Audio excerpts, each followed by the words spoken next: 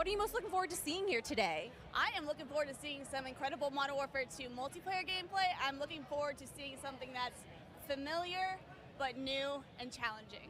Yeah, a little bit of throwback, right? Are you excited to kind of replay an old classic in a new iteration? Modern Warfare 2 is my absolute favorite COD of all time. 2009, that was my very first Call of Duty that I ever owned. I am so ready to experience just that nostalgia again.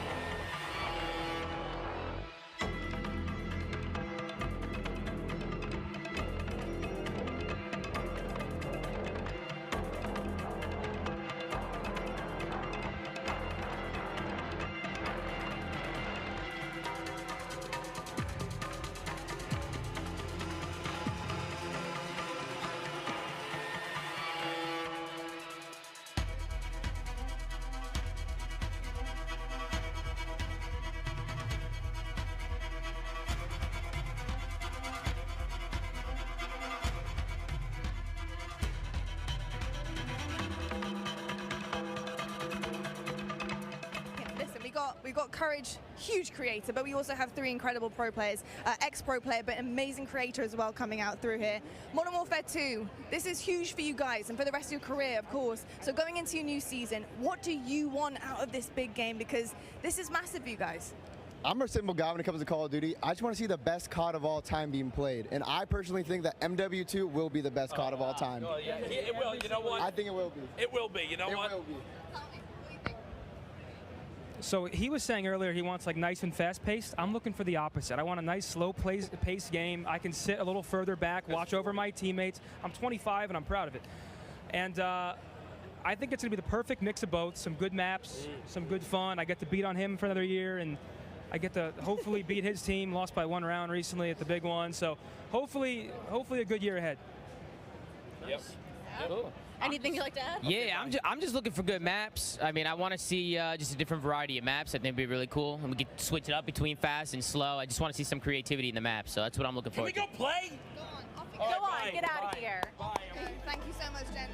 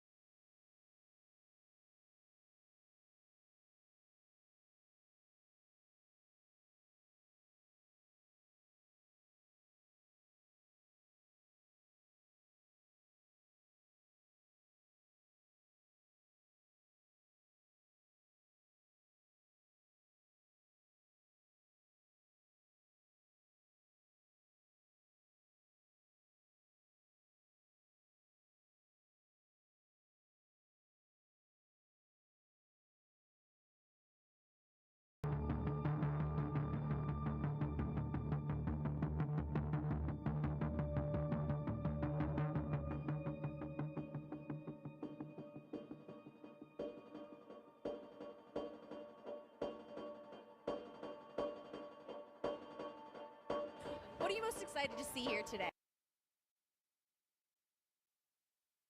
I think honestly being able to see a lot of people who played online together finally in the same area after everything that's gone on and being able to get back together, like that's going to be a really fun time for people to be able to like see each other across the way. Now there's a lot happening, there's a lot being revealed, you guys are getting that inside scoop on it, but we've got Warzone 2.0, we've got multiplayer, so much going on. What is your game? What is your game on COD? You know, what are you looking forward to? So I'm a huge multiplayer search and destroy fan, so a little bit different than most people here. They play mainly Warzone, not that great at Warzone, but search and destroy, quickscoping, that's my thing. Okay, we love to hear that. And what about you? Also search and destroy, that's how we met. Wow, so hardcore. Yeah, search and destroy all day.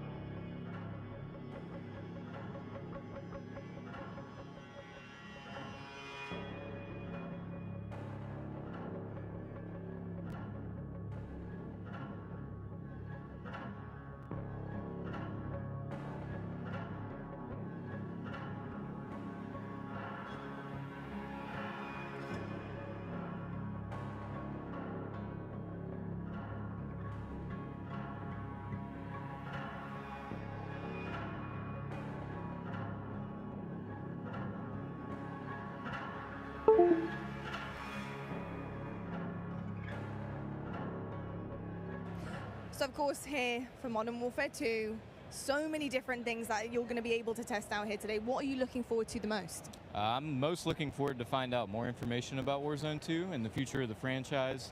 I think that Warzone has really helped adapt to a casual audience, whereas the CDL's been growing the more competitive side of things. And I just want them to see them, you know, be able to refine it, come in with Ricochet this time, not have any of the issues we did with Verdansk, and really be able to, you know, just hit the ground running this time. As we look ahead to Warzone 2, do you have any favorite memories on Warzone?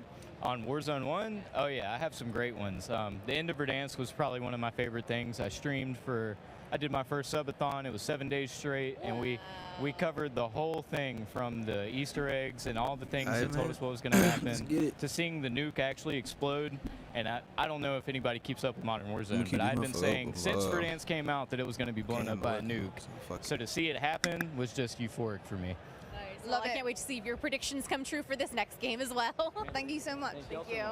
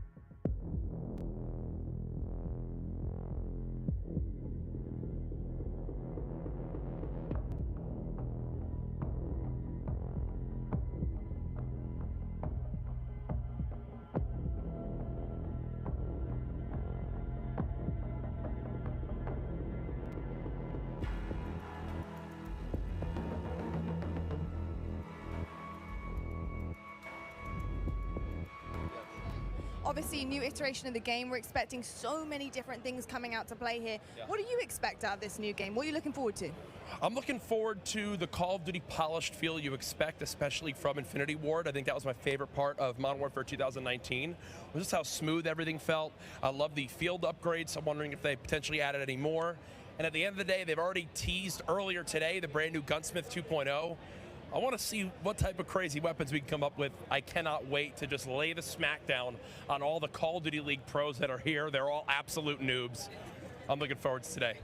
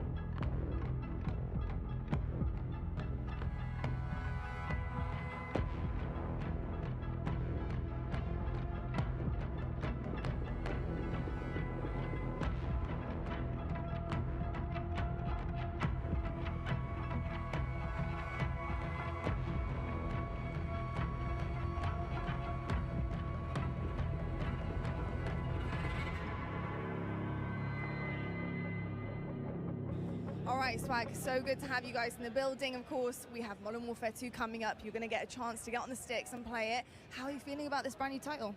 Really good, man. I mean, MW2, the name itself has so much hype around it, and it's just so exciting to play a game. Infinity Ward is my favorite company to make the game, so I'm super excited. Amazing stuff. So, gents, how are you guys feeling? We've got Warzone 2.0. Our first event here, so I mean, we're really excited to be here. I'll pass the mic around. Okay. Anything you'd like to add? How are you feeling? I'm feeling good. I'm super excited. This is the first Call of Duty event, like said, this is our first ever event, that so I've this been is really to, new to so us. I'm really exciting. I don't know what to expect, but I'm just ready to play. You know what I mean? Any favorite memories from the original Modern Warfare 2 that anyone wants to share? I remember the first nuke I ever got was on the map Estate, and I was hype. I was like 13 years old. Silence ACR going crazy. I didn't play it either. I went back and played it, but it was already too late. It can be a more recent memory. I'll tell you what, though. I was a campaign guy. All right. Campaign boy. I was campaign. I played campaign. That's what I did. Well, I do know we're going to have a kick-ass campaign coming in. So what do you expect out of a good campaign? So if you're a campaign guy, what do you look for? I don't know. I just played it. The missions were fire, so I just want fire missions again. I ain't gonna lie. Wasn't that the one we had to crawl and be secretive and stuff like that too? I always love the sniper missions where you gotta that's be what I'm saying. Like, it was really dope. I love that. Well, I'll tell you what, I'm not going to waste any more time. Go enjoy it. Get on the sticks, and we'll catch up with you later to see how you feel about it. Thanks, guys.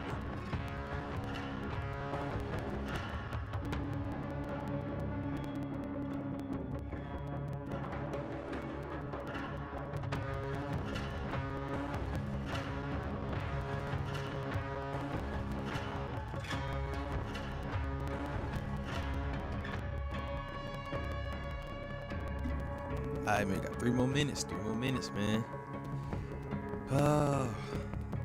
Really ain't give a fuck about what they was talking about, to be honest. I'm just like, man, show the damn game, you feel me?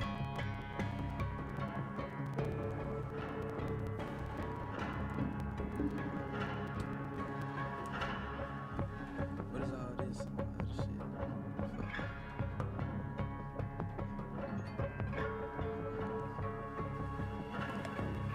This game be a failure. It's down there, man. So good. Oh yeah, they got Treyarch, man. I don't think Treyarch gonna like it. I don't think they gonna really bring back that feeling that COD really, you know what I'm saying? All right, well, we COD get to see players be multiplayer craving, and you know what I'm Warzone saying? 2.0. What are you expecting? What are your big expectations shout, from this man, new no. iteration of Warzone? I'm excited. I'm excited to see the map with Caldera. There's a lot of like elevation, and I liked in Verdansk how it was like a lot of buildings. So I'm hoping to see a lot of like buildings for like building fights because I'm a close range player. So that's what I'm looking forward to.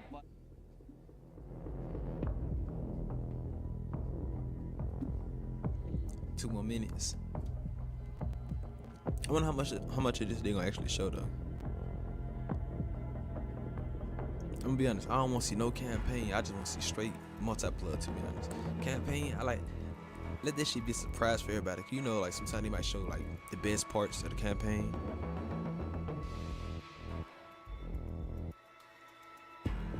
Wow, man.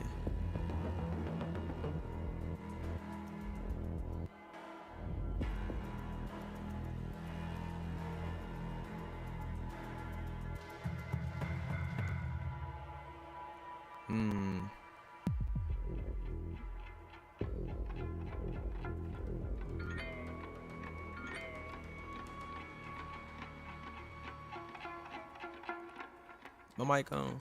I don't think this bit on.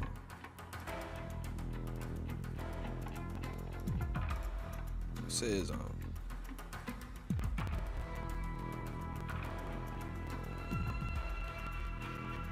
Oh yeah, it's on. I hear it. Bet.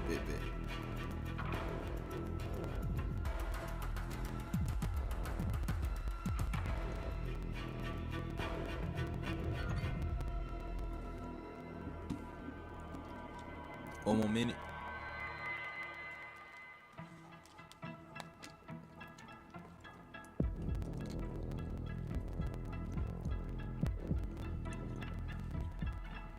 Hey, let's get it, man. I'm waiting on this shit. Not really.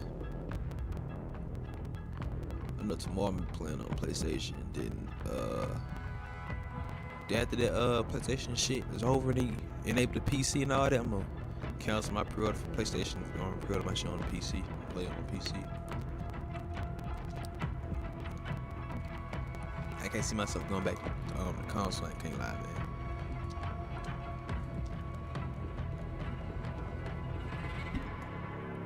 Hey, let's get it.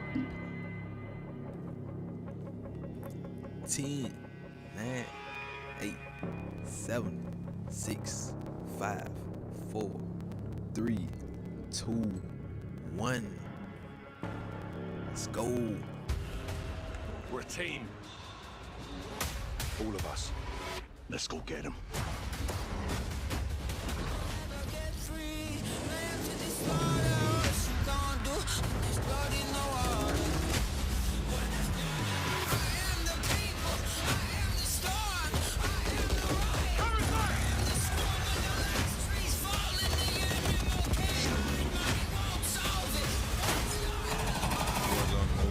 Listen up. These guys on the ground, they are your brothers now. Yes, sir.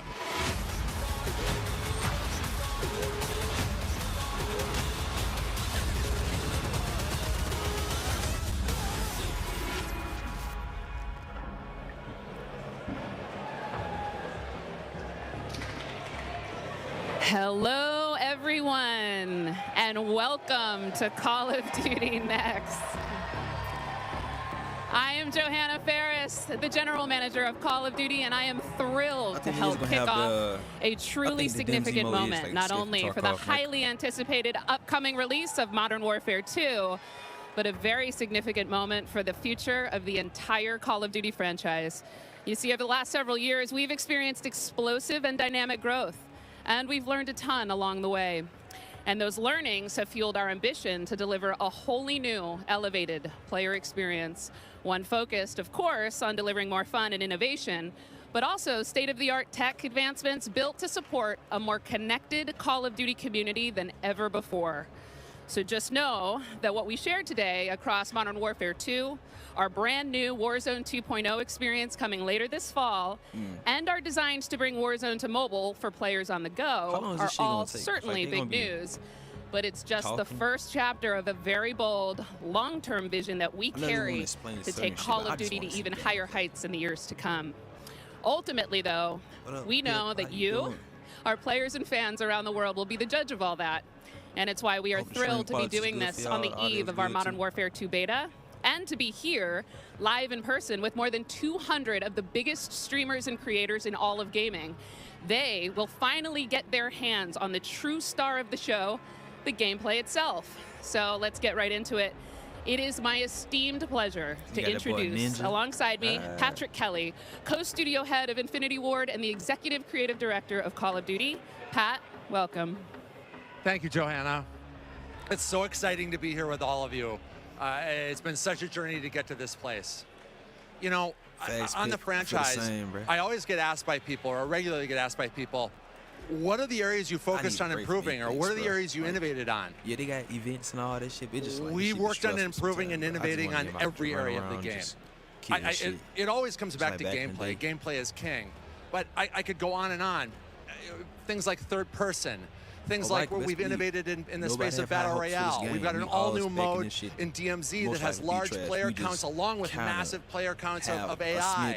And it goes on and on and on. We've got mobile connected with progression and everything else across all of the games. And it just goes on and on. Come on, bro. But you know what? It all comes back to one thing. It comes back to fun. Everything we do is in the service of fun. Whether you're a hardcore player or a casual player, whether you are somebody who likes to play with your friends or you like to play alone, wherever you play it, be it on console or PC or mobile, however you play, whether you're a camper or a slayer, we've tried to think about fun for you. And hopefully today you're going to see that and play that, and fun is what you come away with. Absolutely. You know, fun is definitely what we're going to be heavily focused on. And I'm particularly excited about some of the social features that are coming as part of this launch. Things like proximity chat and new gulag twists. There's definitely going to be instances where players will interact not only with their own squads, but may even have to work together with other players in unexpected and pretty fresh ways. We've already seen some hilarious interactions, in fact, during play sessions. And I can't wait to see how these new ways to connect evolve over time. Now, Pat, what can you tell us about weapons? Oh, wow. So we've completely innovated in the area of connecting you, the player, to your instance in the game, making you feel more in the game. And I guess you can think about it as starting out with the camera. The camera represents your eyes, right? So connecting the camera to your body, we've done that with some inverse kinematics and some physics and other things like that. We've connected then the body to the hands on the gun. Again, I'm not a fan of Warzone or DMZ inverse mode. kinematics. We've connected the gun with the actual bullets coming out of it. So now, wherever that gun is pointed, however it's pointed, the bullets are coming out of it exactly from the barrel. There's no disconnect there. And that's before I even get into what we've done with the new gunsmithing and how you build your weapons and the platforms, etc. But look, I've seen the vault shit. You're going to play it, and I hope you'll love it like we do. All right, well, we've taken up enough time, but before they kick us off the stage, can we tell them about raids? Yes, thank you. So, with the beginning of Modern Warfare 2, and then shortly after that, Warzone 2.0, and then very shortly after that, for the first time ever, we're going to release a raid in Call of Duty. It's a very different kind of gameplay. It's very intense. We think it's very fun, and we're super excited about it. And by the way, there's one other thing I want to talk about for all of you hardcore players out there. I heard so many of you talk about what play challenges can you give us beyond just winning, which, anyway, I won't go off on that, but we've got a whole series of quests and gameplay challenges that occur when you actually win in Warzone or you hit different milestones that you'll have an opportunity to do. And believe me when I say everyone in the match will know when you're on them and if you prevail at them. So look forward to that. Big things ahead. And now, before we kick it over to Miles and team to carry the day, we are extremely excited to give you the world premiere of the Modern Warfare 2 multiplayer trailer. Thanks again and enjoy the show. All right, let's get it. Let's go. We got intel reports of Hassan and the cartel forming terrorist cells all over the globe.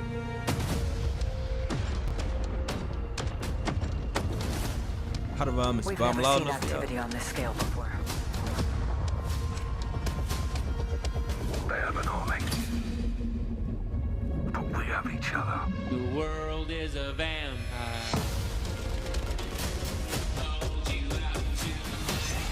I don't see shit.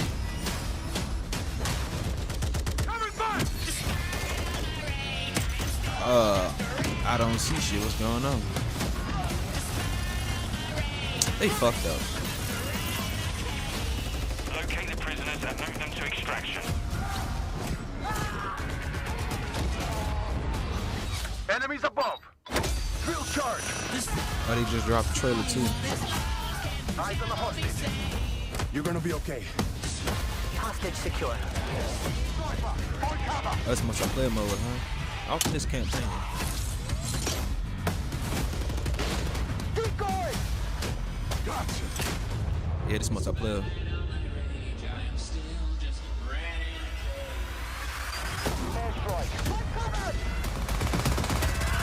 Do not let them cross the border.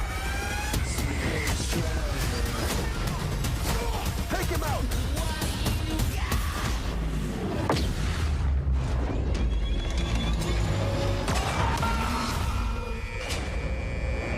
Get ready, team. We have never seen a war zone like this. The world is a vampire. See, I'm not really fooled by the trailer. Yeah, I like trailers, but when you get the game, you gonna really see how that shit is. You got some of the players, they play style. You got bitch ass campers. And once the campers get the game, that shit go determine if the game is good or not. But they have safe spaces and all this bullshit. And if you run a gun like me,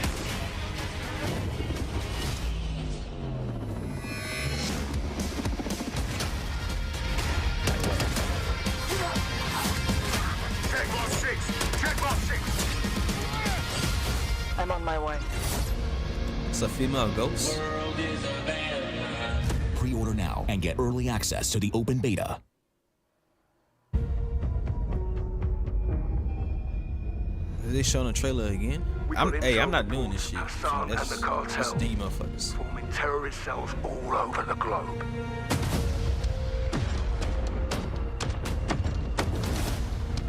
We've never seen activity on this scale before. have an army, but we have each other. The world is a vampire. Okay, since they showed shit again, I'm gonna go ahead and talk. I think some of the shit's copyright music.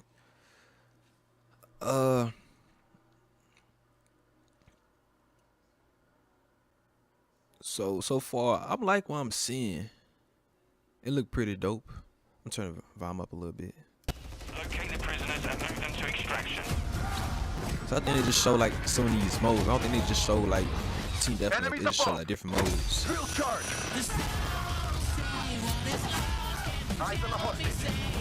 You're gonna be okay. Like escort. What fucking mode called?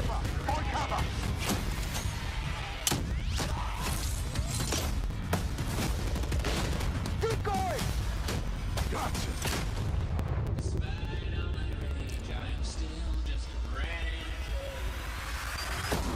I think the reason why they replayed it because they fucked the first time it went black, like the screen went black.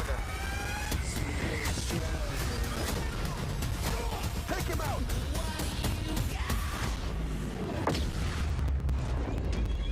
I'm gonna go back and watch the full trailer because they did just upload a video. Get ready, team. We have never So I want to see how it look in better quality. Alright, so this is Warzone. This is a mode. This is Warzone right here. Enemy healer.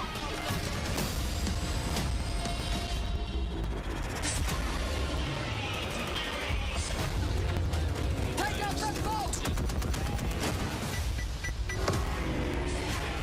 That's my 2.0. You didn't think they gonna show another mode? Yeah, third person mode.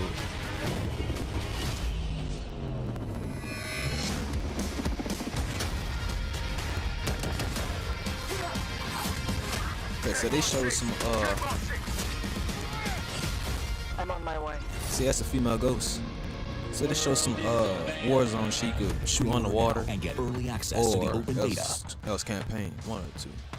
And there we go, Call of Duty fans. The trailer so nice. We ran it twice. It is all there. Everything that makes this franchise so special. We are incredibly excited to be here today. And after that, quite frankly, how can you not be? My name is Miles Ross, and I am so excited to truly be here with a few of the members of the Infinity Ward team who are bringing Modern Warfare 2 to life. Guys, we have 200 of our friends behind us who are going to be playing and streaming shortly. Third person Call of Duty. We also have Stephanie Snowden, Director of Communications for Infinity Ward, as well as Joe Seeker over the there, Jeff Smith, multiplayer design directors here at Infinity Ward. Guys, first off, how are things evolving from Modern Warfare 2019? I mean, let's start high level because there's a lot to get through today, guys. You saw that trailer. Let's go with the philosophy, Steph. Let's stay high level. I want to. What they're gonna be playing first? They're gonna be playing multiplayer or Warzone. Precisely. There is so much. This game has just so much content. It's got something for everyone, and it's really been the result of 3 years of hard work at IW and our partners across all of the Activision studios.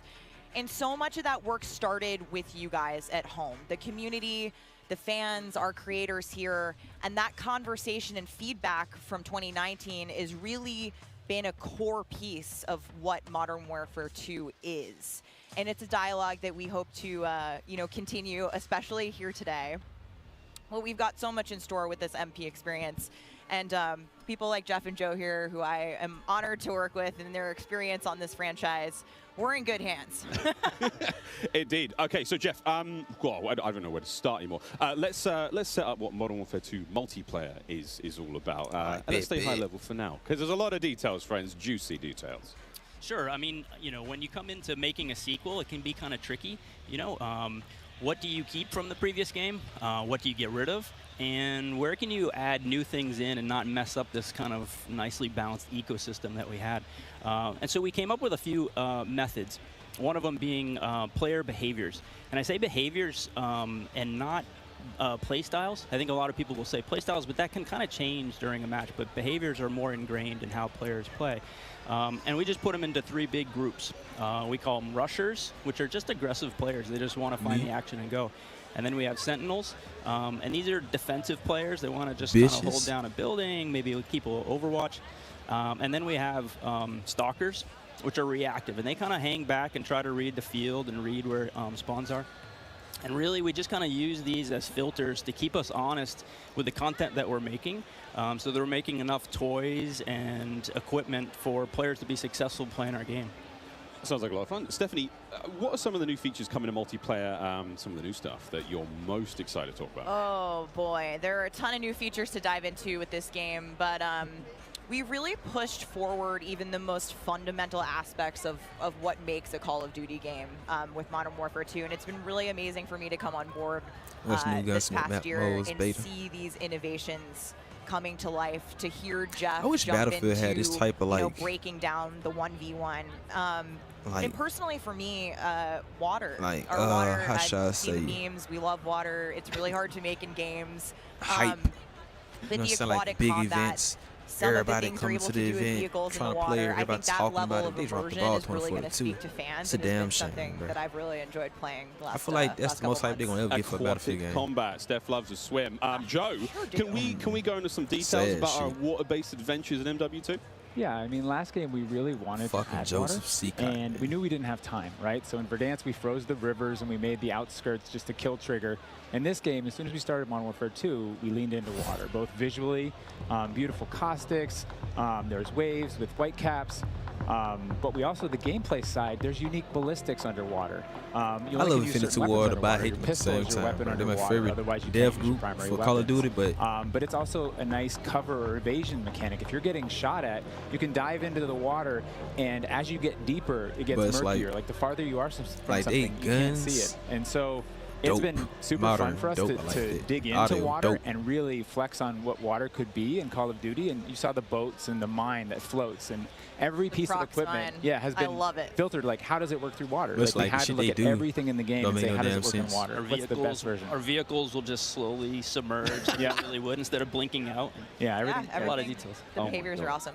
Oh my God! Well, I can't quite wait to literally dip my toes into those waters. But guys, let's not forget about the ground and the air. Like, I mean, what else is going to be coming to the movement system? Joe, what do we got?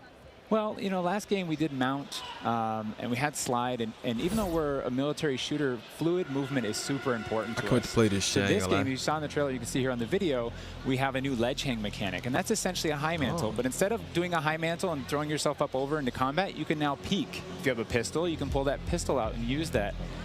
We also added a dive. You know, last game we had the slide that kept your gun up, but we really wanted players to have an option where if they're getting shot at, they don't know where they're getting shot at, they can get down, get out of fire. But the other really cool thing is the dive's just high enough to let you get through a window. And so if you throw a grenade up into a building's second story, often you'll see players, you know, like rats leaving a ship, diving out through the windows. And it's just another option for players in combat. Yeah, and all of these dynamic movements mean you can interact with vehicles specifically in a very cool way. I'm going to save some of that gas for when we get to Warzone 2.0, but it's really exciting. All right, vehicle details to come. But now, guys, let's talk about equipment. Obviously, Call of Duty, crazy sandbox, a lot of cool toys to play with. Joe, what are some of the new dynamite new items that we're going to be throwing at each other and equipping and using in all sorts in the next game? I mean, you saw some cool stuff in the trailer. You saw the drill charge, you saw the shock stick. One of the other cool ones you saw is the inflatable decoy. And this is a mine that you can throw out. And it basically sits there, and if a player gets close to it, it auto-deploys and basically inflates like a car airbag going off. And it faces the person that triggered it, and so it's a great distraction technique. You can also fire it off with a clacker if you want to control when it goes off. You can throw it in that water. model chicken. And here you just saw the DDoS. We added all this equipment into this game, and the DDoS is our kind of answer of like, hey, I'm going to breach this building. I want to go clean house, but I don't want to deal with all the shit inside. So I'm going to hit the DDoS. Boom! It's going to shut down everything, and I can move in, and clear that room. You saw the heartbeat sensor is back. It's got a new look. But it also has a battery as a balancing mechanic, so you can't use it indefinitely in Warzone. And there's so much more. This is the TAC cam too, which you guys just saw, which to me is my personal favorite. You can put out a lot of them, and even you can patch into your teammates, so you can. It gets a little crazy. Yeah, kind of like a sticky GoPro, but will actually mark your enemies for your team. Yeah. So it's. I expect to see a lot of fun There's so moments many with that today. so many toys and new tools that we just want players to get in and play with. I think there's something like 13 there's some things I'm going to use and try, and there's some things I'm not going to use to try. It's pretty awesome. Oh my god! Until they all get. I'm running guns, so it's like all this talk about equipment. It reminds me. I mean, handy. that's one element to look at now, but we've also got gunsmith, brand new gunsmith. Like, guys, what can you tell me about it, and how will it change the way that we, level our weapons and manage them? I mean, what's going on there? You go duck behind the Yeah, corner. so the new gunsmith allows players to build out their weapons more smoothly than ever before. We put out some videos yesterday for the Intel drop. I hope people dig into those if you want a better look at Gunsmith 2.0. But we're really looking at unprecedented opportunities for weapon customization. And the new weapon platforming will actually allow players to unlock universal attachments through cross progression. So we saw a lot of really positive feedback from the community yesterday. This is sort of intended to, decrease the grind. You're no longer unlocking every single attachment for every single weapon. There will be some shared attachments through progression. And I'm really excited to see the streamers and the content creators jump into this today. I know we all love the gun bench from 2019, so it's exciting.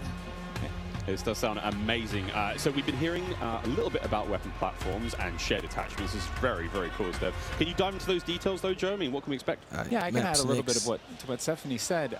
We had this vision last game with Gunsmith, and we were like, okay, what if you could take an assault rifle and you could make it an SMG? And that was our driving kind of like motivator for that system. And we kind of hit that. You could take it functionally through attachments, but the weapon name wouldn't change, and we couldn't change the receiver. And really, that's the key thing this game is you can go into Gunsmith, you can set up an AK-47 assault rifle with a thermal optic, with a suppressor, with a grip. Then you can say, you know what, I want to change up the playstyle of this gun. You can swap out the receiver to the AK-74U, make it an SMG, but you can keep that optic, that suppressor, that grip, they all come with. And to what Stephanie said, we have shared attachments within these platforms. We have branching progression. You unlock those guns by playing with other guns. And then we have shared attachments across all guns, and it's all to hit this vision of I'm building up an arsenal of weapons and an arsenal of attachments. I'm sitting down to my gun bench, and I'm going to make the perfect weapon for me. I think maybe the simplest way to think about it is a gun tree, and each time you hit a branch, that's a receiver, I want to play Warzone, and they grow out of that. But it's like it's too much big shit we wanted to ground going that on. in reality. Functionally, a receiver is too, based in that changing the weapon type, and I think it provides a really seamless experience for players looking to build out the perfect weapon for a multitude of play styles. So you're going to be able to jump into that platform and customize however you want for situational combat. And you're actually going to see the FJX Cinder weapon vault in action today, which is the entirely unlocked Platform 1, the M4, the MIIW. And the weapon vault maintains its aesthetic properties across all corresponding attachments. So we've heard you talk about the Frankenprint. This is our answer. It's an extremely rare. This is a huge, project for our teams to design these, but it is the ultimate weapon blueprint. And even better, you can unlock the entire Cinder weapon vault with the Vault Edition of Modern Warfare 2. Available in beta. Available in beta, so we can rock with that thing all weekend long. Okay, so Gunsmith looks incredible. Okay, I'm excited. I cannot wait to get into this one soon. Our streamers are going to get into this one soon as well. But first, guys, we need to hear about maps and modes. We've got our tools to play with, equipment, weapons, maps and modes, though. Let's get into this one. Let's get into the design team, the philosophy, I suppose, behind building out maps. Jeff, this is for you. Yeah, right from the start, we knew we wanted to build another big map, not only for Battle Royale, but also for this other mode that we've been working on for quite a long time. I read about that on the internet. Yes. But, when you lay out these big maps, it's kind of a collection of all these little POIs, these points of interest. And within each of these, we've really fine-tuned that they can play large-scale core modes like Ground War, and a bunch of others really well. And so, stepping back from this large map and looking at how much open world sandboxy gameplay that we have, we looked back at our 6v6 maps and really tried to refine and make them a tighter experience to contrast all this big world kind of exploratory gameplay. So the maps for 6v6, in comparison to the last game, they're just a little bit more straightforward, a little bit more refined, and linear dynamic I think fans will really enjoy how quick they play. That sounds... A lot of diversity in those maps as well. A lot of visual variety, some colorful maps in there, and I think they feel really clean. Guys, you're moving me in ways I didn't imagine to be moved today. Excellent stuff. Cry? I might. Hey, it's the first time for okay. here on air. We've got some of the maps that we are going to be seeing in MW2. Starting with one, we've got a real fun one here, guys. This is one of the aforementioned battle maps. Team, can you give me some details on Sarif Bay? Sarif Bay. So Sarif Bay is this little fishing town in the south coast of our big map, and we picked this because it has such a great mix of gameplay. It's right on a harbor, so we get to show off all our boats and our new amphibious APC, and swimming, as we've already said. But what you get inside the town is this really intense urban combat with all these tight little alleyways and all this great rooftop combat. And mixed with our ledge hang, you get these really cool parkour combat action happening. Yeah, I love how you describe the rooftops there on this map specifically as like a separate ecosystem. You can kind of migrate that entire vertical. You can go up there and just hang out and fight other snipers. All right, well, that looks fantastic. Jeff, okay, so that's one of our larger maps. What about some of the 6v6 maps? I think we have some footage of one of the new maps that we're going to be seeing today, named Mercado Las Almas. Do you mind giving us some details on this one? Sure. Mercado is a little street market in a historic section in Mexico. Our story behind this is, the authorities have some intel that narcotics are being smuggled out of a warehouse, and they're going in trying to find and seize them. This map plays really fast and a lot of action right down that center lane. The Mercado is a very dangerous neck of the woods, so watch out when you're playing in the beta. It plays fast. Cannot wait, really cannot wait. Looks fantastic, and again, interesting to see how that ties into campaigns and whatnot. All sorts of fun and games ahead of us. Looks amazing. Battle maps, core maps, 6v6, all this looks fantastic. But let's go back to modes. So we've seen some maps. What about the modes being played on battle maps? We will have the return of Ground War, but we've got a new large-scale mode that you've alluded to, right? Let's talk Invasion. Evasion, that's the mode. So Invasion is it's a big war map. It's Big War TDM, or we affectionately call it the shipment of Ground War. It's 20 players, but there's also 20 AI on each team. AI are coming in fast roping. They're coming in on medium birds. And it's this high action mode. It's super fun, but it's also really chill. The announcer's not barking at you. He's not saying like, hey, get to B, they're taking C. You can kind of play it how you want to play it. You sit up on a rooftop and snipe. You can grab a shotgun and go room clearing. If you push too far into the enemy's base, AI will come hunt you. But we've also been really conscious of where we put AI in multiplayer. We didn't put AI in kill streaks or anything like that because we don't want AI showing up in search and destroy. We don't want AI in domination.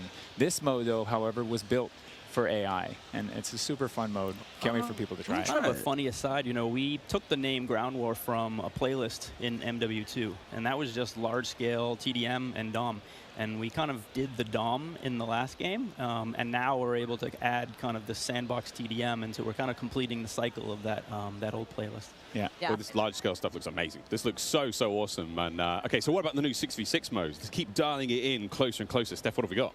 Yeah, so we also have 2 new 6v6 modes that you're going to be seeing here played today, and they will be in beta in Prisoner Rescue and Knockout. Prisoner Rescue. Okay, let's go into Prisoner Rescue. This is basically what's that mode? So Prisoner Rescue is an attack and defend mode. It's a round-based mode. The defenders have 2 prisoners. They're kind of spread out, and they need to keep hold of Battlefield them. Hardline. The goal of the attackers is to get to those prisoners, pick them up, and carry them to exfil. When you pick them up, you enter what's called a wounded carry, where they're up on your shoulders and you can't use your primary weapons. Instead, you have to use a pistol if you brought it, or you're just stuck with fists. But the way that we give the attackers an advantage once they grab that prisoner is they get a radar sweep for their team, so they can call out where the defenders are. And the objective icon over the prisoner goes away as soon as they scoop them up. So now the defenders have to basically rotate back to the exfil and set up defensive positions. And it's this heart-pounding, adrenaline-pushing mode once you grab that prisoner and try and get them out. That hero run to exfil is definitely big S&D energy in this mode, which resonates with me in my time in esports. So this is my personal favorite of the new ones, and also sort of the strategic revives that happen. There is a revive mechanic, and so you are able to pick up your teammates, and I've seen some pretty wild comebacks in our playtest so far. It was a lot of fun. We got to play a tiny bit yesterday. It was amazing. Incredibly fun, and I know the community is going to love diving into it over the next week. Okay, I can hardly believe that there's actually a lot more content to get through, but there's one more thing I have to bring up. I have the honor of officially announcing that third-person view is finally coming to Modern Warfare 2. What are the details behind this one? We got a little teaser of it on stage from Patro, but what are the details? Yeah, you saw a little hint of it in the trailer, too. It's been a pet project for us, right? We've always wanted to do third person, and all while we're working on all this other stuff, we've been kind of lifting up and doing third person in each mode. And the cool thing is that it's a modifier on our game, right? We can just turn on third person. In the beta, we're playing it in hardpoint, but we want to try it post-launch in S&D. We want to try it in VR. And we have, you know, camera work. The camera collision's been reworked. It handles tight spaces. There's a water camera. There's an interior camera. You can feel the weapon shake when you're firing with it. And it's just, we've put a lot of work into it, and we're excited for people to give it a try. Incredible. I can't wait to see what third-person COD feels like in 2022. Sexy skins and everything. This is a lot of information, Steph. Like, there's a ton here. I tried to warn you. They're delivering a lot of new features for you guys to try out ahead of release. And I said we were going to be bold with this beta, and we are, but there's even more to come take from at every launch. game. So Inspiration is what they call it. How is this just a taste? How can there be even more? I mean, we haven't even got to Warzone yet. Not even, okay. Okay, so what about this year's third mode?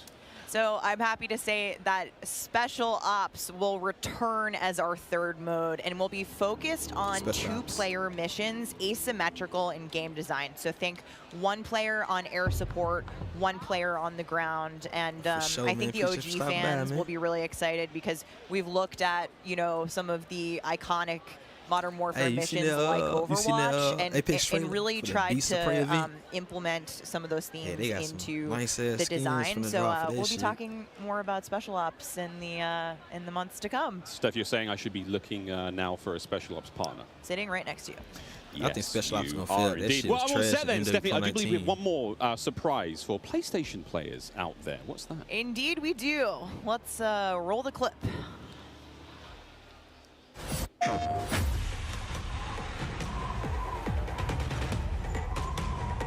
What's a skin for PlayStation players for pre-order? Empty-handed, I was born. Empty-handed, I will ascend. Blade or bullet, fist or bow.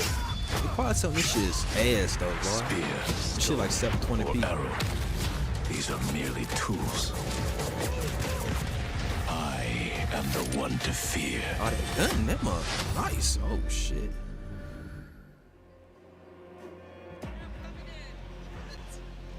God damn, man, I'm mad as hell now. Fix your mic.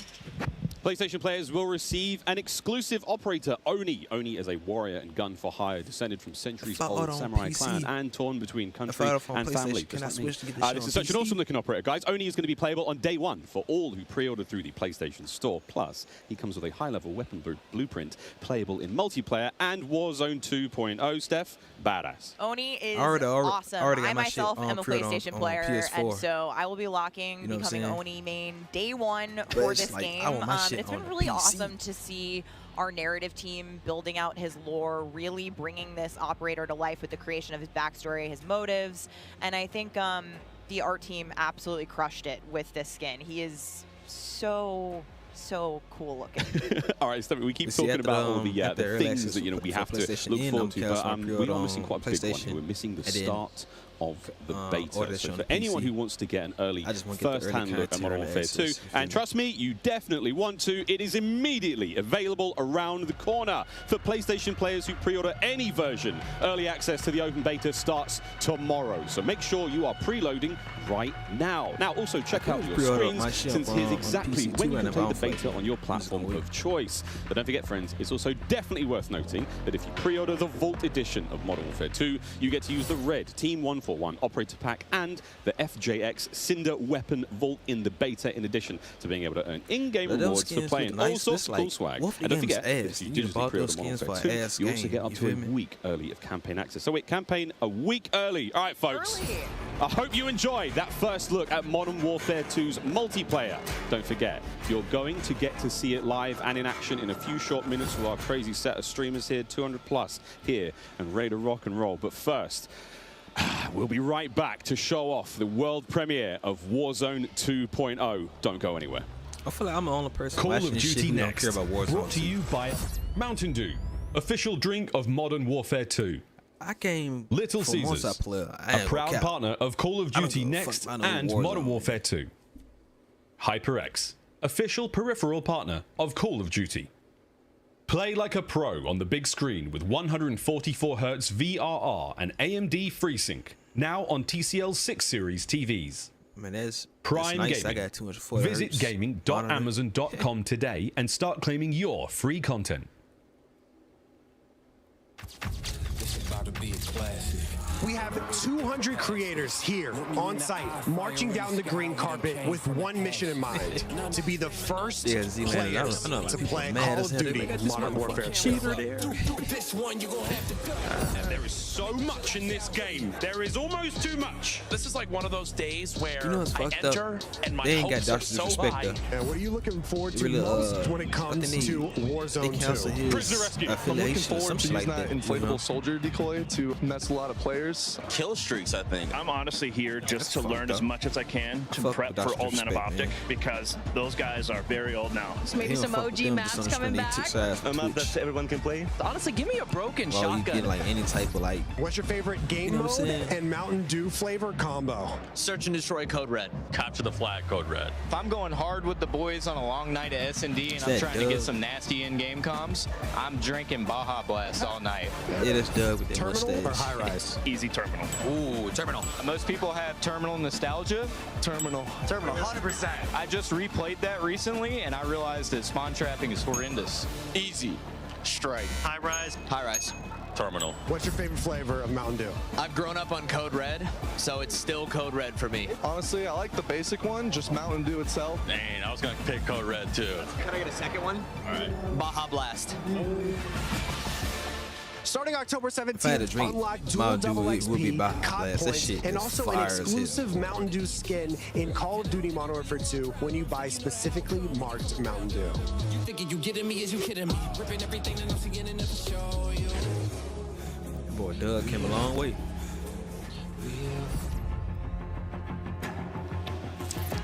Welcome back to Call of Duty Next. The Mountain Dew green carpet. God damn, it was beautiful. A lot of fun people out there. Everyone having a good time, and some incredibly well-dressed people out there, and some definitely not. Sweaty t-shirts abound. But here we go. Welcome back to Call of Duty Next, friends. We promised it was coming up, and now the wait is over. It is time to talk about Warzone 2.0. We got a glimpse of some Warzone 2.0 in the multiplayer reveal trailer earlier today, and it does look awesome. However, we need some true experts to help out. Back at the desk here, we have got Stephanie Snowden. Joe Seacott is joining us, but of course, welcome Jack O'Hara, game director at Infinity Ward. Joe, how are we feeling? We ready to party here? I mean, this is a lot. We need to know everything. Warzone 2.0. Stephanie, the world cannot wait. It feels crazy for me to be up here revealing Warzone 2.0.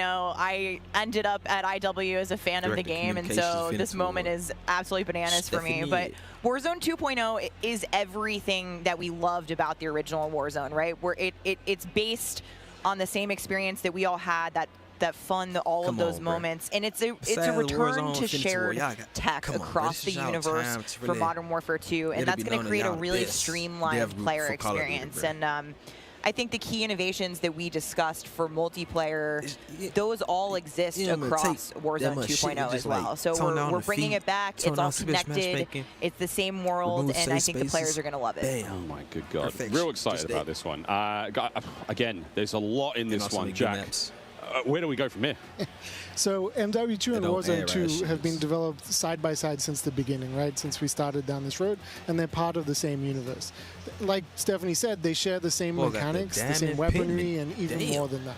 So but the centerpiece of all this, of course, is the new map that we've been working on since 2020 with teams across the globe. It brings together our philosophies on map design. It brings together new technologies in order to do it, and lots of artwork to make it happen. And we've learned so much from players experiencing Verdansk and playing in Verdansk over the first few years of Warzone, and we're really excited for them to land in Al Mazrah with their squad.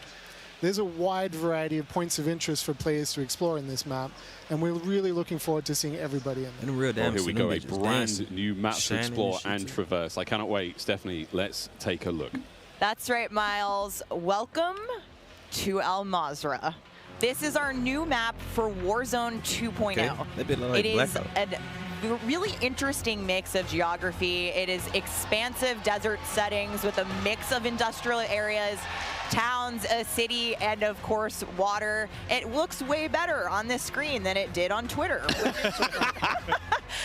But you're gonna find a lot of really cool elevation, rocky peaks, caves, subterranean spaces. This map is beautiful, and it's actually the biggest BR map that we've ever made. And I am so excited for all of our streamers here to jump into Al Mazrah later today. It's huge. Look at the size of that thing.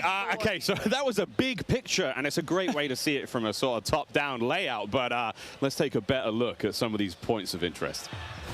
So when we set out to create these spaces, the team works to make it feel like a real space, right? So that there's infrastructure in between all the different, what we call points of interest along the map. And if you're paying attention, you might even see a few that seem pretty familiar out there as well. And so as the team works through these, they're trying to find some variety on each point of interest to make them something that the players will want to drop in and get the particularity of that single point of interest and find the place that they want to drop and where they want to play, whether it be a high elevation observatory at the center of the map, whether it be the big city that's up the top right, and whether they want to explore that, or whether they want to work in some of our POIs where we have water intersecting with geometry here. So we have in this one... Ooh, that looks familiar. That does seem familiar.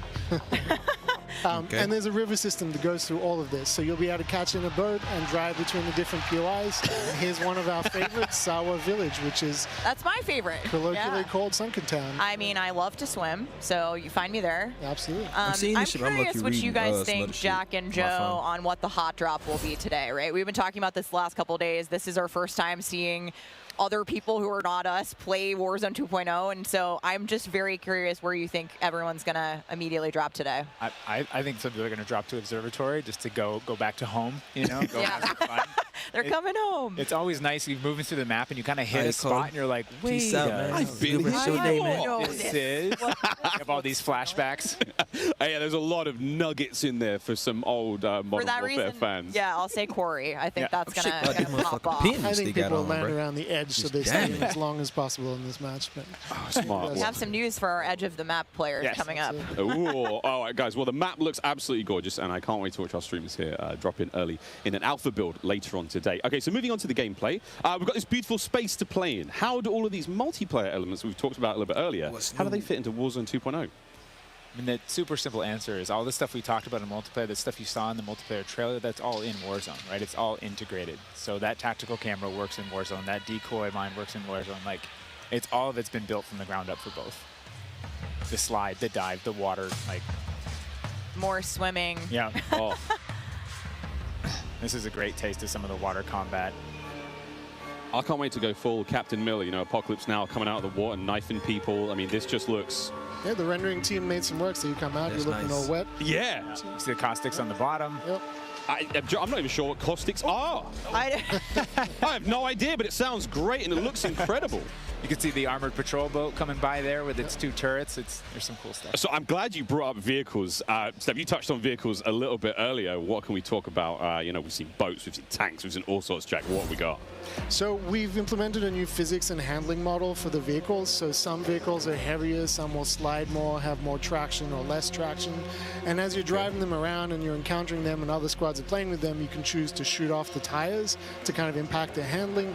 You can have them, they react to explosives differently based on their weight. So if you're in a heavy armored 4x4 and get hit by an RPG, it's going to kind of bounce a little bit, but not quite take the hit as a small sedan. You can also choose with your squad to be rolling into a POI and somebody jumps out on the roof, somebody leans out the window, and suddenly you get yourself a lot of firepower driving into the POI. Of course, that vehicle needs to survive for quite some time in the map if you want to keep using it to go from point to point. And vehicles will run out of gas, or at least most of them will run out of gas, and then you can bring them to a gas station to fill them up. If your tire's been blown up, you can get out and repair it, or you can bring it to a gas station to get repaired. And of course, we've got water vehicles. We've got a small boat. We've got the boat that Joe mentioned with the turret at the front, turret at the back, so you can have that little moment cruising up the river with your whole squad ready to rumble. So yeah, there is so much love that's gone into these vehicles. Forgot the coolest vehicle. The coolest vehicle? The massive helicopter that you can fly around. And it's a moving platform with 3 doors. And people play. You can move a whole squad through the map. What? Wreak havoc. It is so cool. Oh my god! I mean, the fact that you can lean out of the window, you know, grab your teammates, pile in a vehicle, actually, you know, engage in battle from the window, leaning out, shooting, combat. Unless somebody blew off your door. That won't. That does complicate things, doesn't it? PTSD from Joe killing me many times in our playtest. Well, I hope the gas prices in Almaz are okay. I thought there's a lot going on in Warzone 2.0, and my head is quite frankly spinning. What other massive changes have we got in store? Because it feels like there's so much that's changed. Is it still a gulag? Do we still have circles? Is it still gas? I know there are guns, but do we shoot them? What's happening? Well, what do you want to jump into first? Oh, Stephanie, go. We've made some pretty sweeping changes, I think, to the high-level components of Warzone 2.0 to continue providing players with both a dynamic and rewarding VR experience. But Warzone 2.0, you're going to hear it over and over again today. Yeah, it's about fun. This is about playing with your friends, having fun, you know, friends new and old. Maybe you're making them in game. And I think one particular feature that I cannot wait to see the streamers engage with will be our prox chat. Yes! So it's coming. It will be in Warzone, and there is going to be some amazing clips. That's funny. But you shit talk like a motherfucker. I think Joe can tell us a little bit more about looting in Warzone 2.0. I'm listening to that. The streamers love prox chat. They're like, yes! Oh, they in the back watching. You know, in looting in Warzone 2.0, we still have the humming crates. You know, you can still travel around and listen for those. We still have the loose loot on the ground, but we wanted to add a layer of learnability and logic to our looting, right? So if you're outside, if you're a little kid, you fall down, you hurt your knee, and your mom's going to go inside, go to the medicine cabinet and get you something to a Band-Aid, Neosporin, whatever. So that's our looting. If you need health items, you can hit a bathroom in a building and there'll be a medicine cabinet. You can open it up.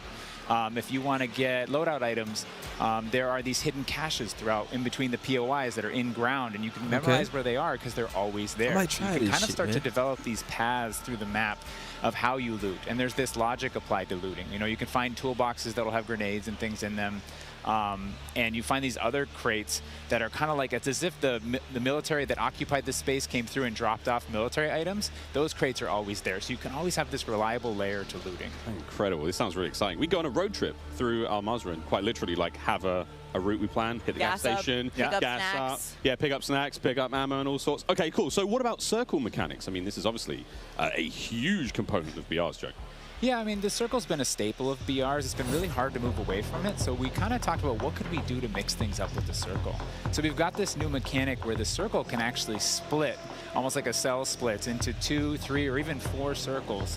And then those circles kind of close down. And what it does is it segregates teams, and you have these micro battles in those circles. And at a certain point, you're like, okay, we've cleared out our circle. We think we're good. And then those circles merge. They come back together. And you have this very directed fight of like, as the circle's moving, you're like gearing up in buildings. You're like, here we go. It's about to kick off. And as soon as those circles hit, you have that final fight. So it's another kind of like twist in the gameplay that we feel like is a cool world event that would happen. Like, oh, the circle's splitting. We need to do X. Crazy. Get in the car. We're going now. Go. All right. So apart from circle splitting, what about the gulag? Is that still around? I mean, there's so much change, man. I mean, I'm ready for it. But Joe, what do we got? The gulag, you know, we've been experimenting with. We've tried some crazy things with the gulag. But the current version of the gulag that we have running right now, where we're excited people to play, is you're not in there alone. You actually have this temporary alliance with another opponent in the map, and you have to work together, and if you can defeat the other team, you can get out. And after that, you guys are enemies again. But for that moment, it's like, all right, we need each other. Let's do this. You use the proximity chat to talk to each other. And the other thing we've been playing around with is you may see a little bit of an AI presence. That's kind of interesting. I like so you have to be on your toes. Like, you're working with an enemy. There might be an AI here. You're picking up weapons.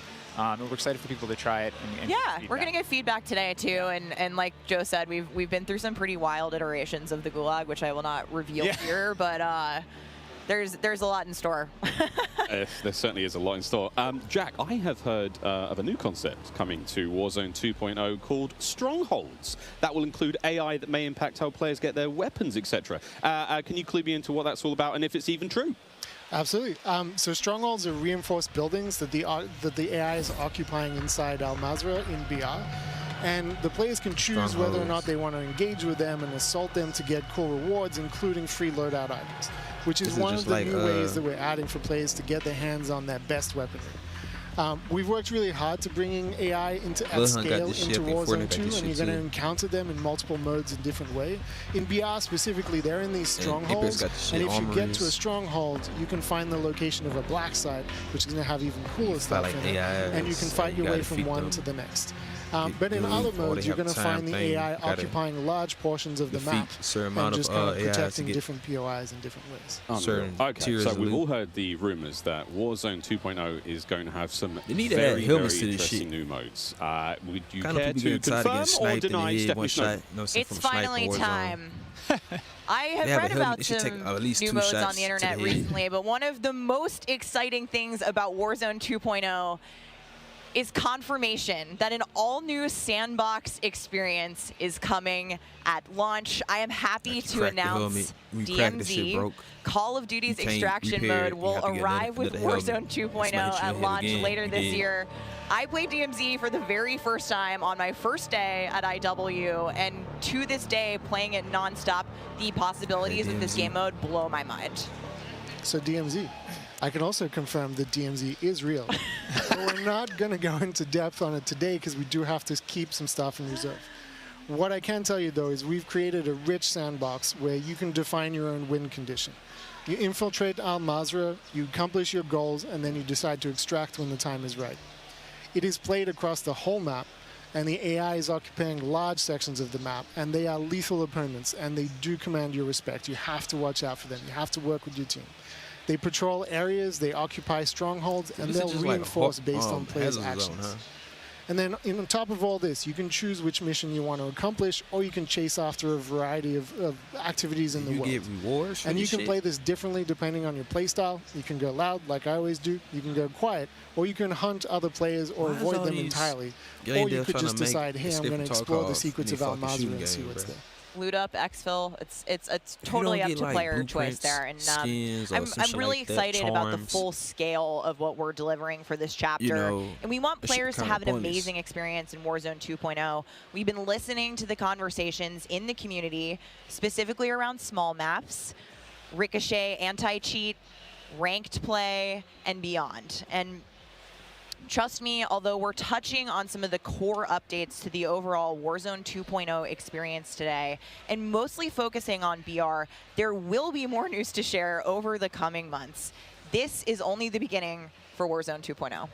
Okay, I need Warzone 2.0 and DMZ in my life ASAP. Stephanie, when? Warzone 2.0 will be free to play for everyone on November 16th. With the start of Season 1 across Modern Warfare 2. Mark your calendars, that's about 2 weeks after after Modern Warfare 2 launches. And we had 125 million players in the original Warzone. And I cannot wait to see all of you and hopefully more of you in Al Mazrah for this experience.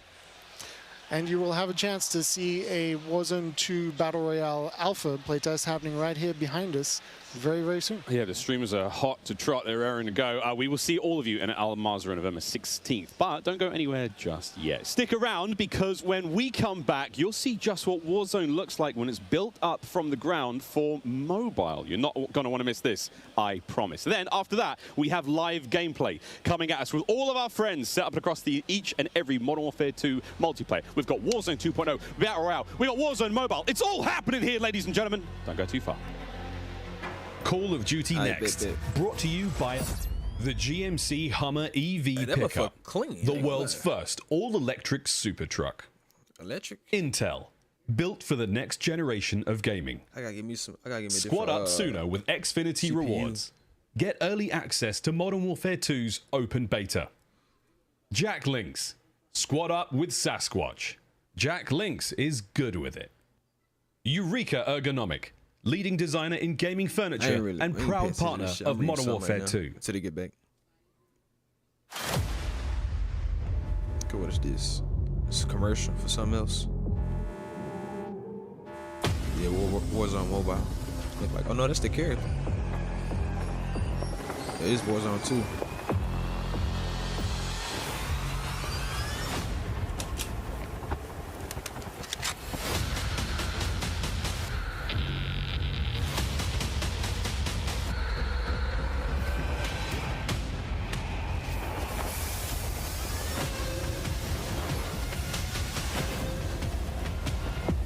Okay.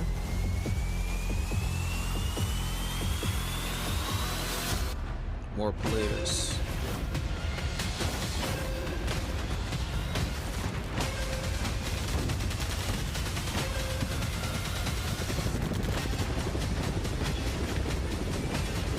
Red ants. More authentic.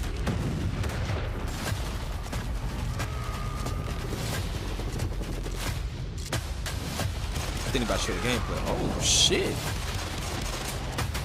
Okay, we did a dolphin dive. That's the dolphin dive. Oh yeah, I'm gonna be playing this shit.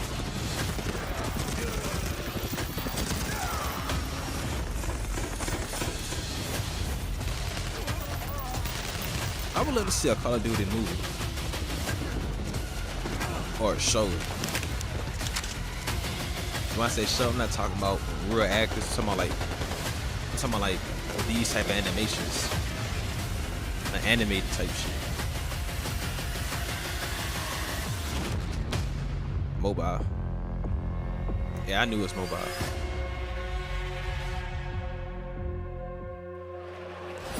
What a jam-packed day we've had here so far. We got Warzone 2.0 and Modern Warfare 2 already good to go. But finally, we're hitting something new here. Coming into mobile, we got Warzone Mobile 2 here for you. It's me, Beef Mommy, and I couldn't be more excited to be here with none other than Chris Plummer. And Chris, what do you have for us today? That's right. Today we are proud to introduce Call of Duty Warzone Mobile. Yeah. This is the real thing, and it's on your phone. For the first time ever, you can drop into Call of Duty Warzone from wherever life takes you. Let me quickly point out the gameplay you're seeing today is still alpha, so it's only going to get better. And for Warzone fans, you will recognize this drop sequence right away. I mean, honestly, it just gives me so much nostalgia. But wait a minute, Chris. Is that the legendary Verdansk? You know, this is where Warzone gameplay was born, and we're bringing the legendary Verdansk map to mobile for the very first time from its hallmark vistas and these dense urban areas. They're just so much fun to play in. Wide open fields, ready for battle, and intimate, close quarters combat environments. There's so much variety in Verdansk. I'm gonna be honest. It's I don't famous for good two reason. shits about no mobile. Teaming with fan favorite locations like I haven't played a Boneyard mobile game since Temple and Angry Superstore, Birds. even TV Station. Well, I'm getting classic Call of Duty Warzone flashbacks here. Can you tell us more about the gameplay? Or, you know what, maybe just give me your phone real quick. Maybe I can see for myself. No? You know, the team has a passion for delivering the most authentic Call of Duty experience possible for mobile devices. From the way you aim and move to the weapon handling and the control responsiveness, all these critical little details combined to make Call of Duty Warzone mobile feel best in class. We've made sure that the physics, the feedback, the sights and sounds, all those essential little touches are smooth and accurate. It's about creating an experience that's so true to form, you can imagine feeling that dirt compressing under the soles of your boots with every move. Or imagine those tiny shockwaves of recoil moving through your entire body with every shot.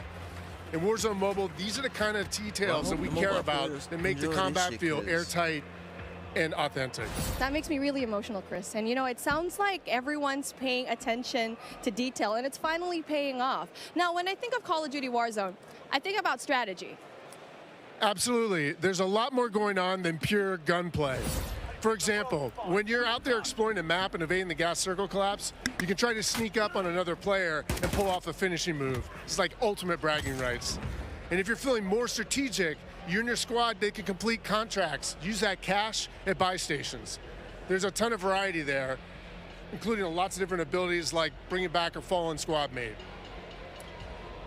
Now, that contract economy, it adds a ton of depth and strategy through risk and reward.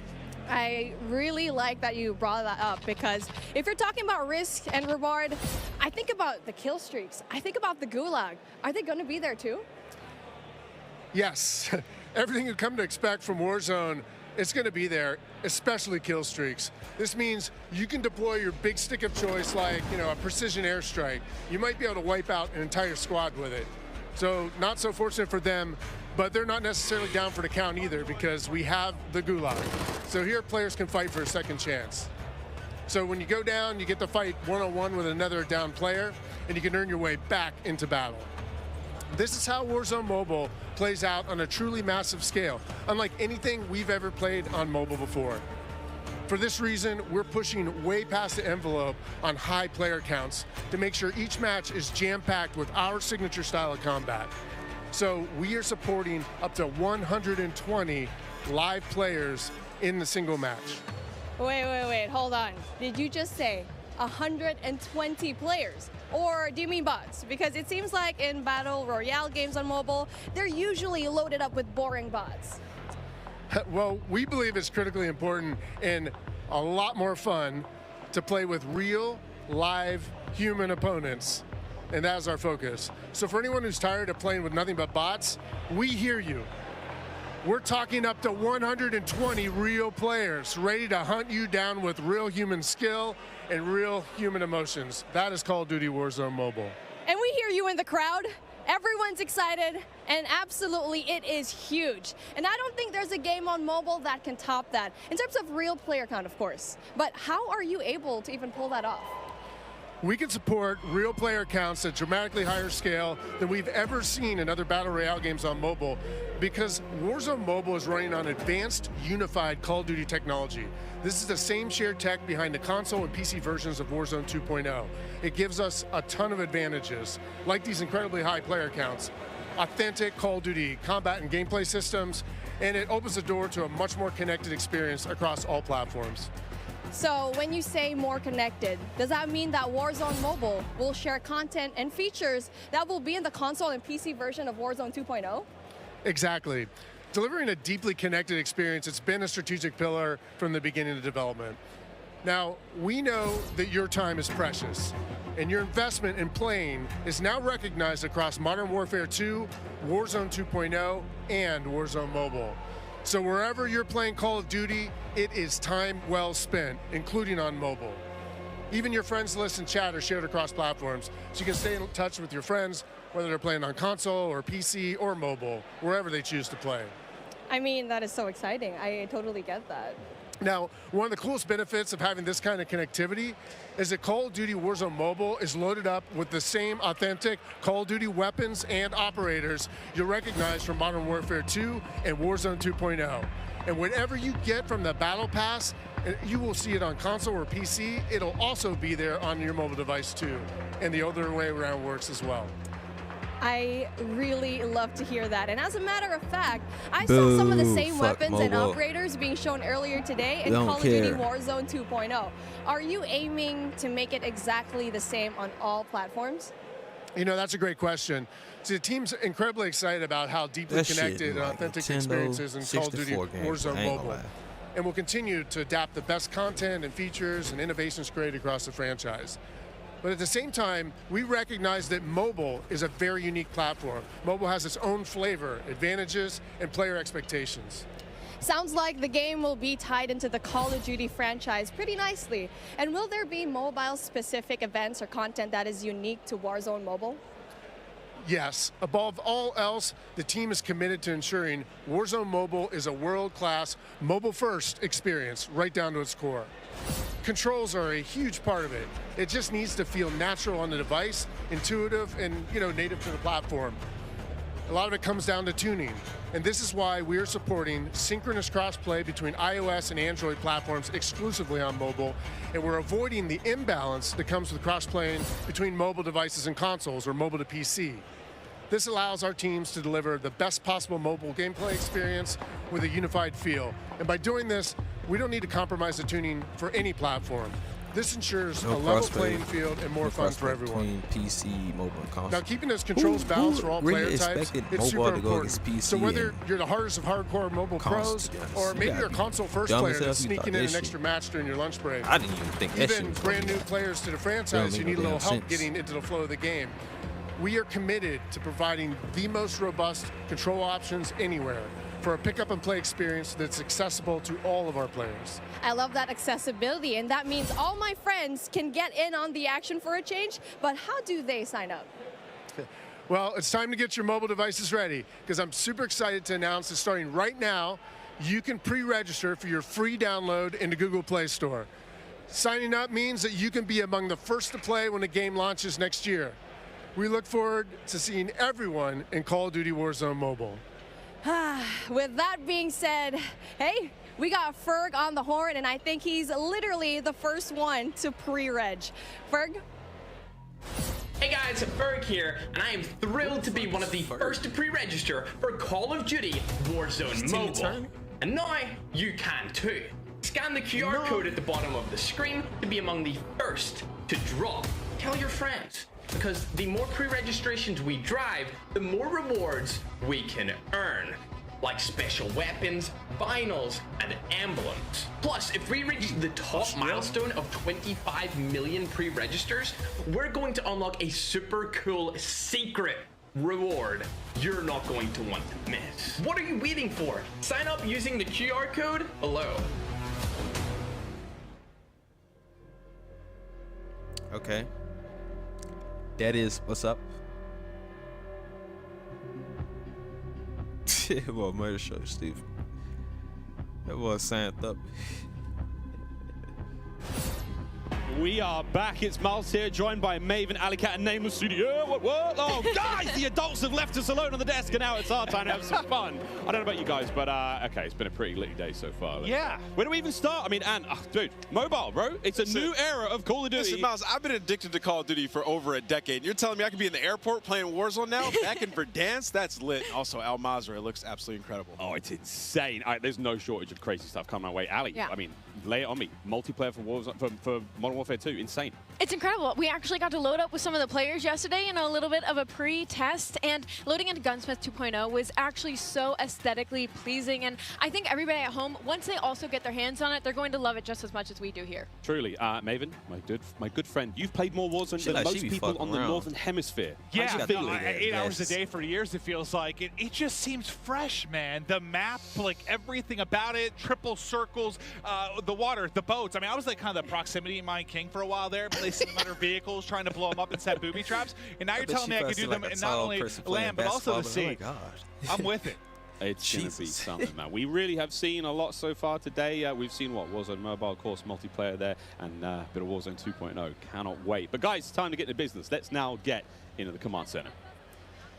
This is it. Welcome, ladies and gentlemen, to the command center, presented by Xfinity Rewards. We're going to be rolling the show through all day today.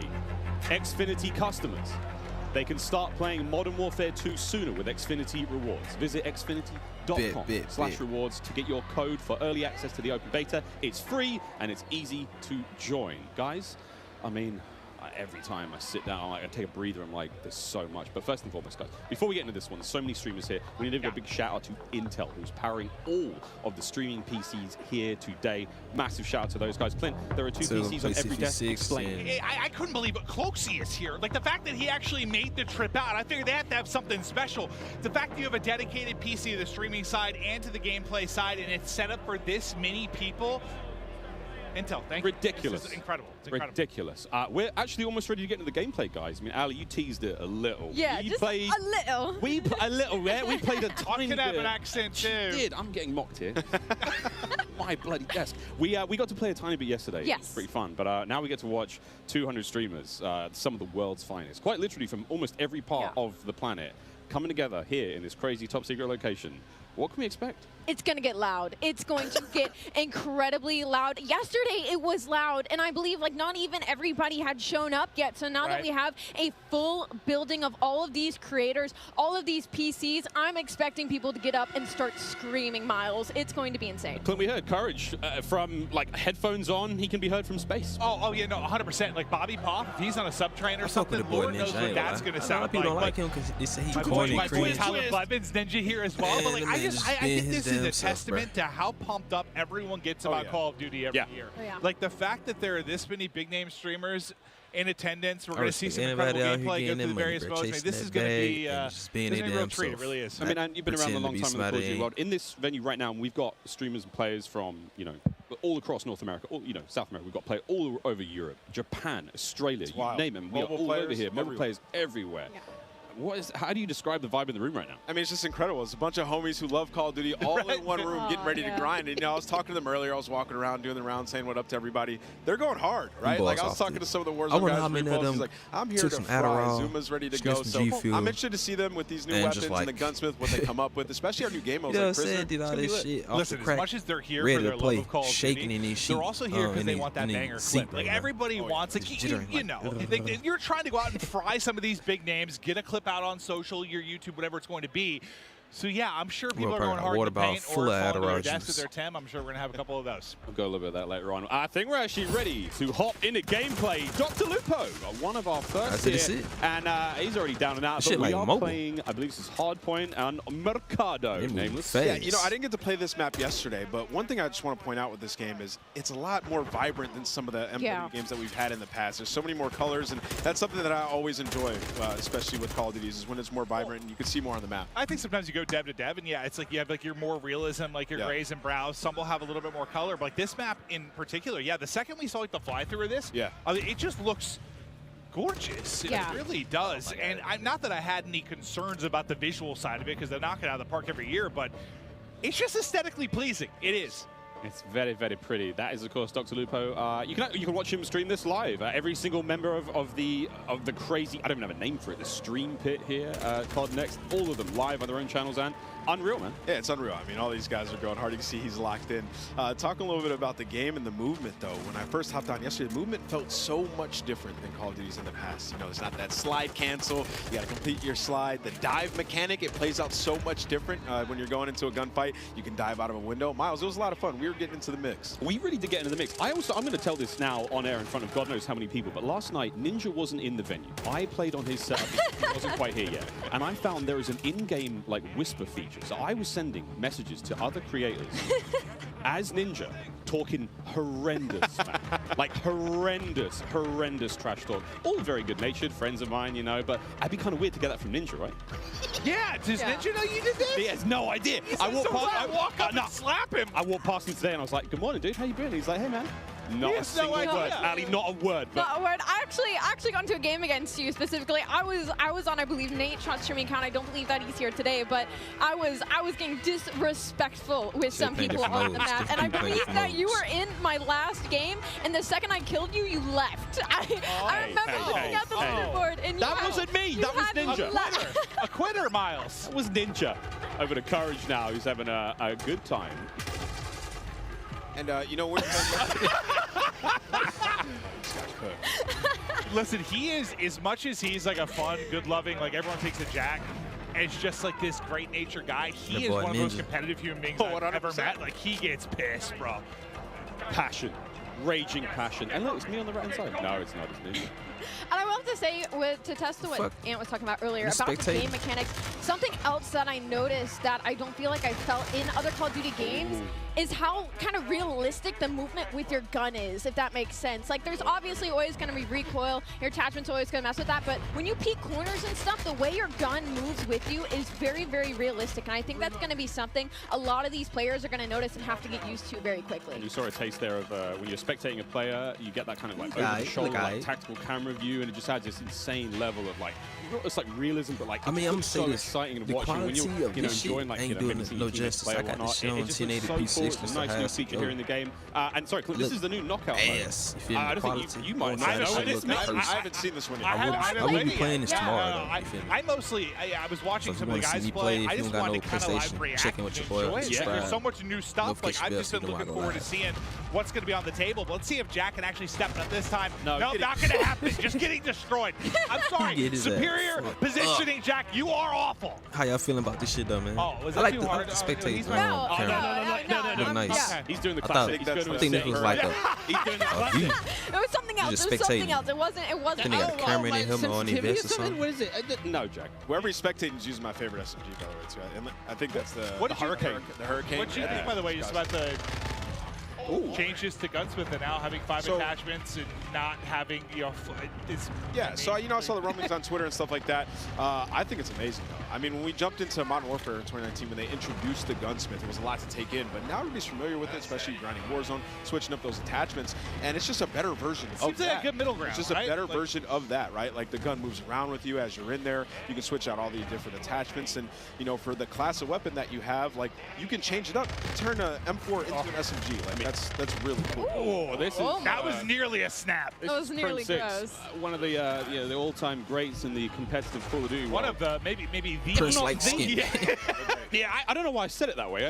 Like the all-time great. Yeah, Ross, he's the greatest. But there we go. Swag now getting involved as well. And to your point, Ali, about Gunsmith, I mean, it's at this point in time, obviously, it's quite hard to recognize, but that is a part of the M4 platform right now. That's his primary weapon. Yeah, I mean, it's awesome. You can switch it up. Like, you can make it into a sniper, I think is what I heard as well, right? So it's going to be crazy. Even with the AK turning 74U, just make some crazy different loadouts. You know, some of these guys, J-God's going to have so much fun with that. 9.5-hour long attachment video from J-God. Oh God, you know, he's so excited about that. And I want to talk about the map aesthetics for a moment and like the layout. Is the rooftops, like the new ledge, how you can jump and then you can hang off the side of the ledge. That was a new thing that you can add into this game. You can jump from rooftop to rooftop, and like you can jump further than you think. And I found that out very quickly. Like I would get to an edge of a rooftop, and I was like, I wonder if I can make this jump. You can make the jump. You can make it across like the map if there's tall buildings. You can make it across the map without ever having to touch on the ground. And I think for snipers, that is going to be their absolute playground. Speaking of snipers, ppsh now, who's having a great time here. I mean, we've seen a I'm lot really of the weapons so far, but surely a sniper. Well, I heard ppsh too. Like I stepped up. I think it's when he was first walking in. He was walking with an irrational into people, and he was like, "I'm going hard, bro." Oh yeah. He's like, "I'm going hard." I could just hear like the competitiveness in him. He's looking hard. right. And this is this knockout game is not going very well for the red team right now. ppsh's team obviously winning this one. Again, secure the grab, the money bag, hold on to that bad boy. Oh, I forgot, friends. Here at Cod Next, it's all going on. Mobile gaming right side of your screen. We've got all of it going on. Really, a celebration of everything that is Call of Duty, and even courage. He may have just sworn. Do you see the gloves on the thumb? Yeah, they're professionals, true professionals. Wait, I probably need to get this. I've been playing some COD Mobile, Diablo Immortal. Like I've been grinding more mobile games. I have my iPad and I'm loving it. Do I need to get little thumb sleeves? I think you should. Yeah. You know, sometimes it gets a little bit slippery. I need thumb sleeves. What are they called? I'm about thumb sleeves. You're in the right place to ask about that. There is an army of professionals. I'm looking into that. No, that's actually an issue. It's like it's a little bit slippery, you know? So they're playing some hardpoint here, and you know, obviously, us coming from the esports side of things, we love hardpoint.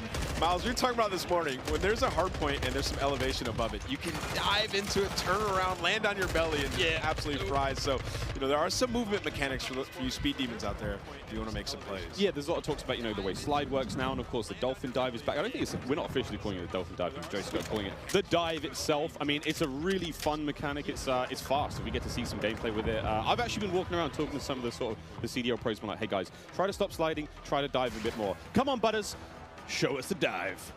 Showed us the slide. Now we're looking for the dive. Right out the window. Just dive out the window. Send it. And all the windows are built to be diveable through. Like, that's the way the game is. That's what Joe was kind of saying, right? Like, they've seen it so much in playtesting, and Nate goes into a window, like, everyone spins it out. So you think like all the exciting moments you're going to have. Oh, here we go. Butters is going to be sniping there. So we have the Hurricane. She's running overkill. That's going to be one of the M4 platforms, and the snipe on the other side. He's and testing the mechanic. Look. There we go. Testing things out. Trying to find the sneakiest, fastest way across the map. Yesterday. I couldn't. I was trying to see if I could break the slide. No slide Well, that works out. Yeah, look at her face. Ooh. She's just like going around, testing out the movement. Someone just runs right in front of her. That works out. Give me a freebie. You know what I'm noticing on this map that I actually like a lot? Not as many doors. Just running through. Not as many doors, I think, in general, is the overall vibe. I mean, most of the maps we've seen so far, quite small, very fast-paced. Again, Jeff talking about that, you've got a very distinct feel. So it's like the battle map is very large. Way more intense action. Of course, there's like evasion stuff.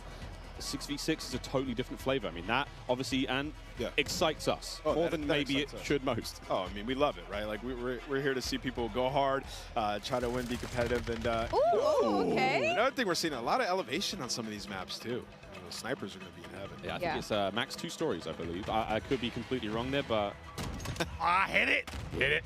Also, look at that little stock. Did you guys use the sniper yesterday? Yeah, right? No, I didn't. I used it for a whole the cutest invasion little map. stock I've ever seen. It was so fun. I think we were in the same game too. Yeah, I was in the back sniping the whole time. I can't wait for the sort of like anime skins and stuff like that, my cute little stocks. Of course, we can put skins on individual attachments now when it comes to making some very handsome looking weapons. Oh, Dylan Price, speaking of handsome. Oh, also something we haven't talked about yet is the way the perks work. I love the perks because system. it reminds me of back in the day the specialists. When as you get kills, you get more perks. As time goes on, you're gonna have 2 base perks. You can pick whatever you want. As time goes on, you get another perk. As time goes on, you're gonna get an ultimate perk as well. So it's actually it's completely new.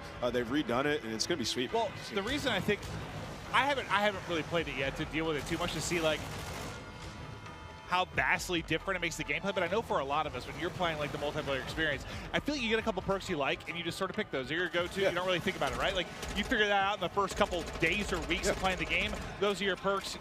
Now it's like, I feel like there's more decision-making that goes into it, which I personally think is exciting. Now, I don't know what I'm going to be running, but it does feel like they were saying, what was it, that, the different type of classes they were trying to put? You have your rusher, kind of your more stealth type player, your sentinel. Like they want to, even if it's not like class-based per se, like they want to kind of funnel it with that behind the perks. But I think that's pretty dope. But you can also make your own, so you can create it, pick your own 2 perks, your next one, and your ultimate, so you can figure out what you want. And it's just nice having like a rewarded game, especially when you're frying, getting that extra perk. It really does, change what you start off with the base 2.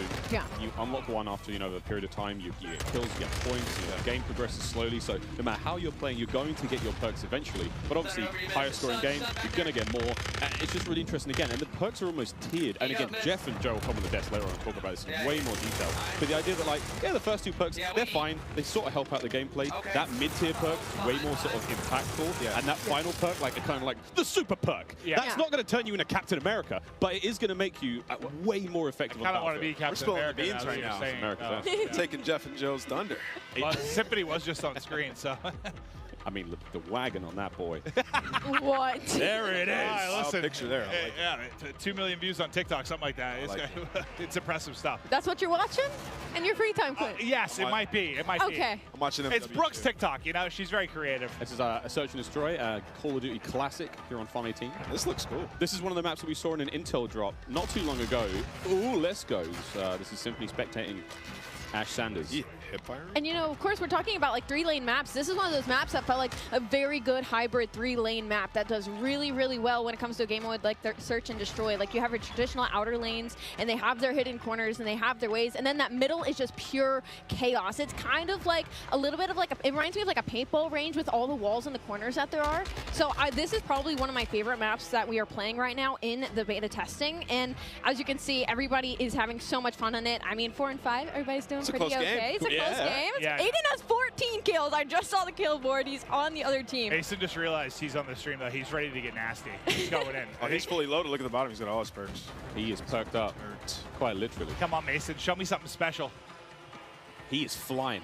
Oh, wow. That's what we're talking about. Oh, no! That's the Fennec. I was loving that one yesterday. Oh! That thing turns... That's an OG weapon. That turns people into super close range, but Ponyhoff just gave him the business. Smoked him. Nice try, Mason. We still love you. Hurricane OP. Hurricane? It's such a different look. Like when we're spectating these players and they're having gunfights, stuff like the way the player animations are, the sound effects, like the game has just been...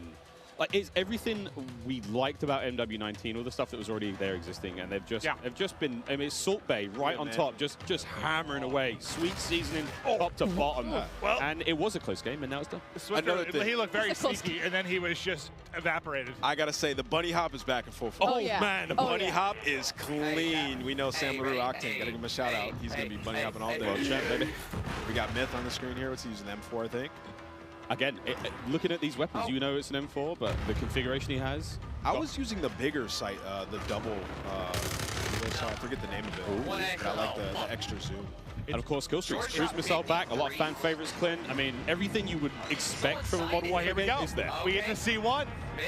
Ah, that'll connect. Smith able to hit it. He's vibing right now.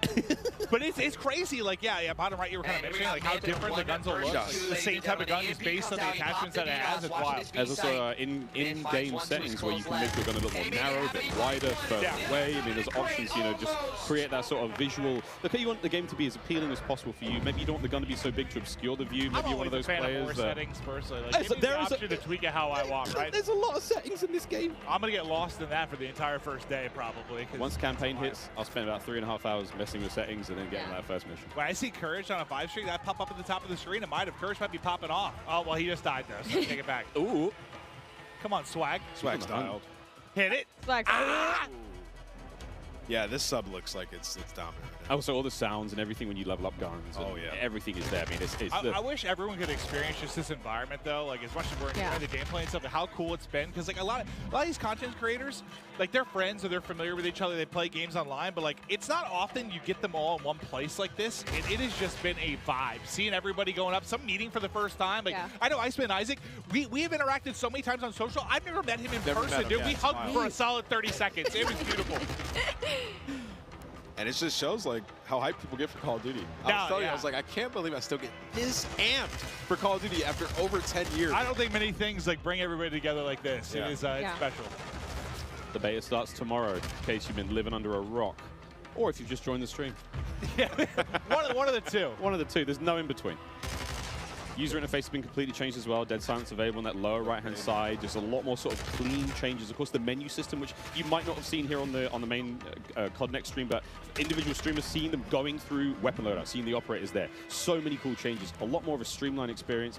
It's sexy. That's not a lot of ways to describe it. I love that, especially like when you click start, you go and you look at your loadout, you switch weapons. It looks good. You can see everything. It's just right in front of your face. You know exactly what's there, digestible, and that's what you need. It's such a fast-paced game like Call of Duty. It's digestible. I also quite enjoy that like it doesn't obscure too much of the in-game screen. So if I'm hitting pause, I'm checking stuff out, I still have some kind of like situational awareness when I'm in-game. Yeah. And I will say in terms of balance of like ARs and SMGs, of course, this is all of our first peeks into it, but they've looked pretty balanced so far. Like the SMGs have been absolutely disgusting up close, whether the AR gets first shot or not. And at long range, the SMGs haven't been ripping as well. The recoil gets insane at that sort of range. So I feel like it looks like the gun balance as well, regardless of your attachments and what configuration you end up coming with, is Hey, I'm still here, man. I love I'm that just, because I mean, doing it just feels like other sometimes shit. it turns into IRL, this one you know what I'm gun that can do you know, everything. you know, on the comments how you feel I about think this shit, everyone man. appreciates a little bit of About the variety. audio, That's quite literally what this game is. the You modes, can change your all gun this up to shit, whatever you know. want, right? So Well, in a way, check yeah, that but like game. I think to Tally's point, like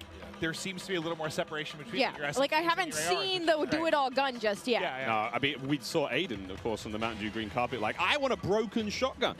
And I'm sure he can make it, but broken, we'll find out what that really means. Of course, as the game like sawed off. develops. He wants a sawn off that kills people across map, that makes them move real fast. I mean, hey, who knows? Gunsmith is crazy. 2.0 even crazier. Well, I mean, we'll see if he can do it. Wild. I mean, no matter how much work has gone into this, we've got the nerds in the building, and this is where if anyone's going to test some stuff, find some weird combination that turns a shotgun into a sniper. This is the crew that's going to do it. We've only scratched the surface. Yeah. Oh yeah, we've touched it for 20 minutes. Of what people are going to do with this gun. That's just not enough, is it, Miles? Not enough. No idea what these guys are going to come up with, but it's going to be crazy.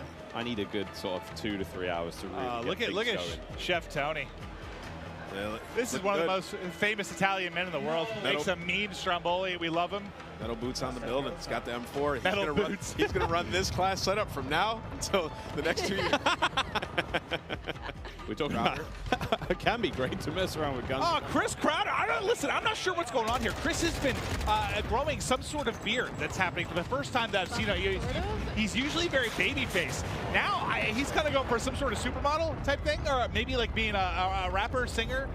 I'm not sure. He's a handsome He really is. He really is. A tiny little bit of a user interface there. If you hold a circle, whatever your sort of crouch button is when you're on a ladder, you can fast slide down it. So that's going to get spicy and fun. Oh, he's up. He's on his feet. He's on his feet. The Goach. Oh, man. We will be playing all day, friends, all day. You know what? The iron sights here kind of clean. Well, I think this is great, too, for a lot of, people like, you saw Zenny, you know, you saw Crowder. For those who don't know, you know, they work on the CDL side. You know, they're really in the midst of stuff during the season. They don't get to come to stuff like this that often and see all these content creators. I imagine they're in heaven. I've seen some of the tweets, just having a blast, meeting a lot of different people. So as far as streaks goes, we haven't seen a whole lot. Obviously, cruise missiles there, counter UAV, a classic. VTOL's going to be back. You know, everything. I mean, the Juggernaut is I think it's the final one, and it looks crazy. And whoever that AFK player was, get a grip. You are live at COD next. But yeah, there's a ton of cool stuff. And I mean, we're seeing Wilson's in there as well. What I was gonna say. I love that. We're gonna have a lot of fun. Chopper Gunner's back. I mean, it's called. I think it's called air support now, but it's it's an AC-130. You know what I'm talking about, friends. There's a chopper gunner here as well. Oh yeah. We're gonna be seeing it all. Yeah, Miles, like, if we play against each other later today, when we get the free play, I'm getting a chopper. I think I'm actually locked on this desk all day. I would love to play more. after the stream's over, I think we can play more. Yeah, I think we once the curtains go down, we're gonna dive on. Can you hear the chain? Yeah, I thought visualizing your ankle's just tied to the desk. They can wheel me in the chair, but it's hard to get down the stairs. Here we go, another cruise. Redman, how we doing? And what a shot. I like how this shit looks. He killed Nick Merckx. All right, we're gonna see you later, Nick. So this is the air support. I don't really use streaks in Call of Duty at all. Like a lightning strike. Nice. Shit. That thing. The Fennec. Or it's a custom one. Wait a minute. Longer range, maybe? Oh my god. That looks like the Fennec. Yeah, that's the Fennec iron. So nasty. What? All right, Breadman's already Did you found hear the that winner. good? Look at this shit. It does recoil, but it like doesn't. But he's holding that thing down though. Yeah, But, he's all right. So going He's straight, a mouse, obviously recoil, long range. You can manage them more, but it doesn't seem like Hey, there's a lot. man. He's just putting them down. Yeah, cameraman, get in there real quick. Show me the hands. Show me the hands. Oh, gun him. So we played this map yesterday in the 3P mode. That was a lot of fun. Museum, That yeah, bitch shoot like this is a a lot of Glock fun. We saw a 18. top down of this on socials recently, but There we everyone's go. like, yeah, give me the hands. You hear how that sounds? So sad. That sounds scary though. Yeah. You hear that? That better be on my team. I mean, he is one of the better aimers I've seen, though. Like, a lot of the tournament stuff. Hey, I'm getting this shit. Players, like, he is absolutely Like, I'm watching Murder Show right now. So, not He surprised to said see he don't hear him no feet finding audio. I some don't hear it wins in the neither. long-range But battles. anybody who but played I gotta see 2019, recoil control. they didn't have the So what do you audio guys think about all these for the maps so feet. far? What's your Like how best favorite? I had this now during the beta. yeah, it doesn't look like he's pulling down I'm a not whole fooled lot. by this shit. So when the game come out, we're gonna see what the audio really sound like. Nice big central area, essentially 3 lanes. The feet is low like this and forever say like this, we're gonna be playing this shit more and more. Make content on It's it. nice, man. We've got some Yeah, decent but lines feet of gonna be sight. loud. Snipers are gonna have a lot of fun I'm here. right there, We played so to it, I Hardpoint got on this something map. to say. We played Prison Like- Rescue. Courage and I clutched up big time last night in like a 2v5. I had the prisoner on my back. I was sprinting. And I can hear Jack picking up 3-4 kills. Let's go, baby! Screaming. I'm the there guy. sprinting. I'd be that guy on the team, too. I'd be carrying. I might get the Vault Yeah. edition just so I can customize the It was guns great. like that. It was really great. We had a lot of fun. There's a lot of cool, Because you know, the opening breaks and stuff. Pretty much, like if you're that. trying He's to on a enjoy this 15 shit, streak, you're gonna by have the people way. who gonna buy this shit anyway. They He's gonna literally try to fuck annihilating the you up. lobby. Yeah, let's stick with him. He's on 15 in a row. Another cruise coming in. Bang! This is This the dude El is Gato going replay. off. of how He this is all bridging. started. Oh, he gets 2 again. Kill Nick Just Merckx. ripping him. It's the same 2 people. No, sorry, this guy. Oh, it's a replay. Oh, is it? I was about to say. Yeah, this is a replay. he was on 15 in a row. I thought he got another one. I thought he wrapped his streaks. It's all good. Oh, dude, I basically getting just up pulled a symphony, dude, when he was casting the pregame lobby. Oh, and it was a tournament. I thought he earned another one. Man, if you're ready for Call of Duty Well, last thing MW2, I saw man, was drop a 15 like, streak. I was yeah, fired up. boy. Like, Let me know what's up so in it's the chat. It's M4. His just sounds crazy. I think it's the dubbing of the audio. It has to be. It might be This his shit stream, sound but either way, It's his stream. that boy is ripping metal. So, again, it's kind of cool to see there on the bottom side of the screen for a moment there how the perk system works. He's already at his 2nd tier of perks, which I think was Spotter. 19 kills. Let's go, Breadman. And, of course, he's working his way towards that final perk here in this hard point. Yeah, it's not that crazy. I thought he wrapped streaks now, is it? He is annihilating everyone. 20. He's farming. Yeah, he's literally farming. Somebody kill Breadman.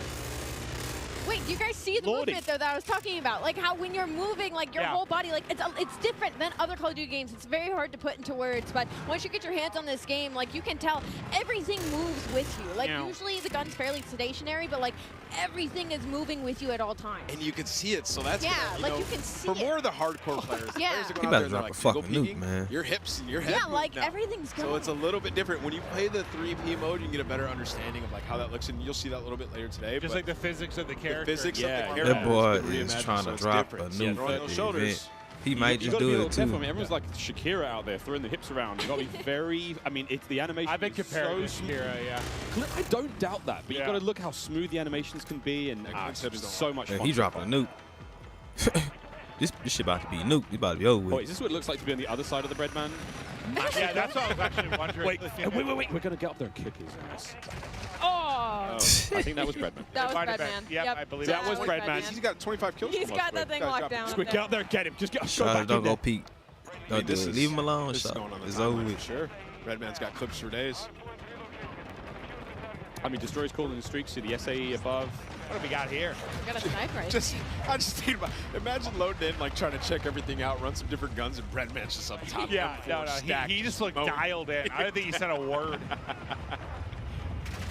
Hit it! Ah! Oh. ADS not quick enough there. I almost even dropped a nuke. I ain't gonna lie. I really down, dropped a nuke. He has the pistol on Miles. Remember we were playing with it? We turned into a fully auto sub yesterday. Yeah, thing. Wait, so, what? But yeah, so of course, Gunsmith is ridiculous. 2.0. Yeah. You can turn your sidearm into something pretty mean, and then of course the ledge hang mechanic. I'm hanging on ledge. Clint, you were singing the Spider-Man song earlier. Hey man, not too. If Spider-Man carried a Glock, yeah, maybe.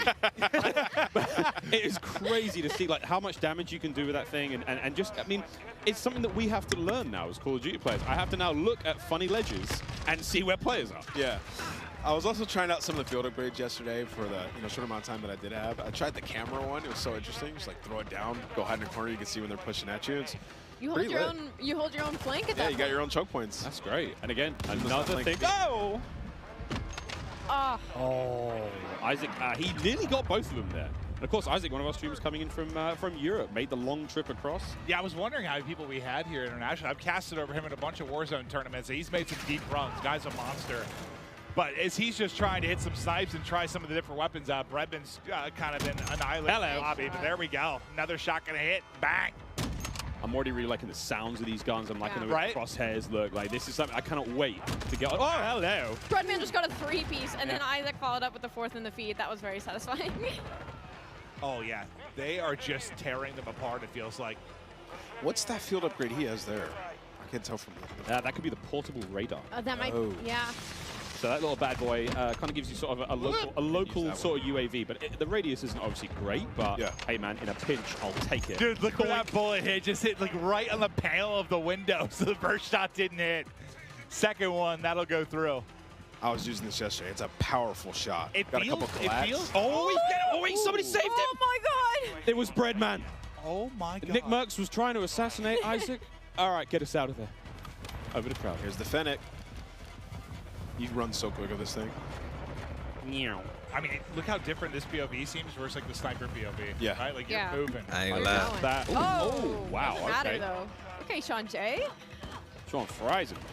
Again, this is that sort of idea of like the different, maybe not play styles, but kind of like play. I'm a sucker for some GZRs. I ain't gonna lie to you. You know, Crowder is obviously he's way more aggressive. You know, he might be hitting flanks soon, but the way he's kicked himself out. Whoa. He's in the mix. I think something that you could learn a lot, that all these creators are going to learn very quickly, is there a lot more paths on the map than you know about. Like, on this one specifically, behind Crowder, there's an underground passageway where one of the flags are, and like, I didn't even know you could go down there. Like, I had to wrap the entire building before I figured out how to get underground. So there's a lot more angles and a lot more passageways than I think a lot of these creators are expecting, and that's why we're going to see possibly a lot more assassinations, possibly a lot more cruddy corners, and people just popping out of literally nowhere. Crowder is locked in.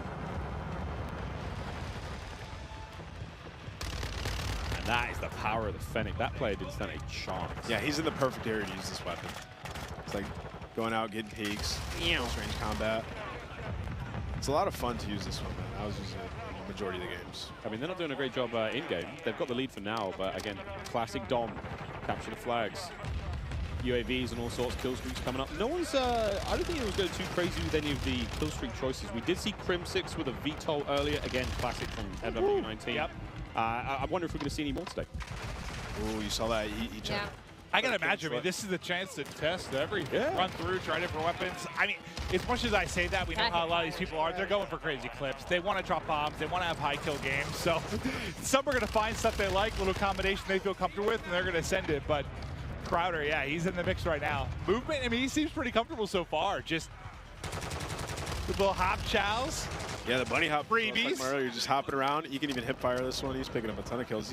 He's loving this class setup. He switched it up from last time. So one of the big things, I mean, before the show started, I walked around and talked to as many of the streamers as I possibly could, and I was just like, you know, you've had a tiny bit of time with the game. How you feeling about this? And almost every single one of them said, I'm really struggling not to slide everywhere. They've been so used to doing that. Get used to it. From MW19 all the way through to Warzone when, you know, we're on Caldera. It's not the same. It's not the same. I can say that just from all the Warzone I've played, like, it's going to take, like, my hand, just the muscle memory of it. Like, I'm just so, I've been slide canceling now for years across the map. It's just going to take a little getting used to, 100%. Yeah, but I do think my hands are going to be very happy, though, I'm not having to do that constantly across the map. Yeah, if you try to slide around now, you might even be slower than just sprinting. Honestly, yeah. That's how it looks. Again, it's how you use it. The dive is a really great mechanic for escaping. The slide gets you into different positions. Obviously, I like to leave in my head, you know, the ball head. So I think the diving thing's going to be good for me. Just like a bowling ball, you know, Miles? Just sending it through a door, sitting it through a window. Maybe diving into someone. You think I can knock somebody out that way? If there's an attachment for you. Yeah. like a unicorn type bayonet power? or something. Yeah, bayonet on my head. Okay, that sounds sick though. Honestly, if the devs are listening, let's think about that a little bit. A bayonet dive kill. Oh my God, I want that immediately. I'm thinking like, you know, I've got this idea of like, you know, Yondu from Guys. He's got a big fin on his head. Yes. But make that a blade. Absolutely. Isaac. Oh, quick swat again. That is his sidearm. That's his pistol. Again, the range on that bad boy isn't going to be all that crazy, but you know it's going to rip when it is. Sniper's just so satisfying when you get to feel the sound, how deep it is. It's amazing. It feels like there's no drag in the sniper. When you were using an ant, did you have to lead your shot at all, or was it a direct hit? It felt like an invasion, like I had to lead my shot a little bit, but that could just be because I'm rusty. Oh, that's fair. And I was trying to shoot across the map. But you can get some feeds, man. Like I got a couple collabs with this gun. It's super powerful. Sniping is back, friends. Not to dub. Snipes feel fast and fun again. 64! What? We thought Bread was popping off. Destroy is up there frying. He's got double the score of everybody in the lobby. Ooh. All right. Look at this.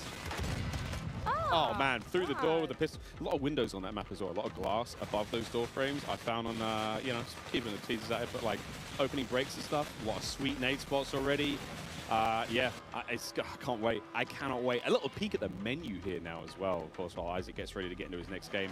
So much in Modern Warfare 2.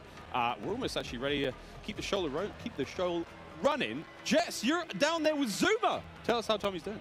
Miles, that's right, I am right here with Zuma, Tommy Properato himself. So, I mean, you have now had your first taste of Modern Warfare 2 here at Cod Next. What did you think? Oh, it's incredible. The game feels super smooth. The gunplay is awesome. I like the time to kill, and the maps are dope. A lot of close quarter gunfights, and, you know, I've been having a blast, man. The chat's loving it as well. They're loving it. So there's so much to talk about, you know, new modes, new maps, changes to the gunsmith, but what really stands out to you? Like, what are you excited about? I'm really excited just to get the competition going. I mean, I'm excited for the CDO, and I heard them talking about ranked play, so, you know, I'm really excited for that. And Warzone 2 looked incredible as well. I was talking to Repulse. We're going to be the Warzone duo this year, so I'll be bouncing around between the both. But I'm just excited for something new, you know, a new game. And it's been a lot of fun to play, and there's so many amazing creators here. And just thank you to everybody, and thank you to Call of Duty for the opportunity to be here. It's awesome. And then, you know, real quick, with Modern Warfare 2 on the horizon, what does the year ahead look like for you? Man, just a lot of shows, man. A lot of flanks, a lot of streams. I mean, the content's gonna be pushing all year, so excited, man. Zoomafi's gonna take over, and we're gonna have some fun, man. We're gonna have some fun. All right, well, thank you so much. That is all from me for now. I believe I'm handing it off to my dear friend Lottie.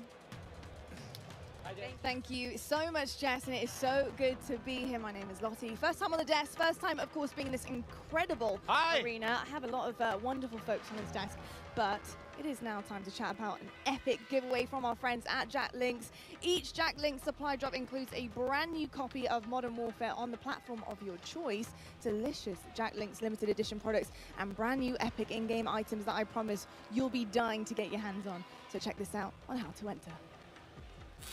Looking for an epic way to celebrate the launch of Modern Warfare 2? Jack Links has got you covered, giving you the chance to win the ultimate Modern Warfare 2 supply drop.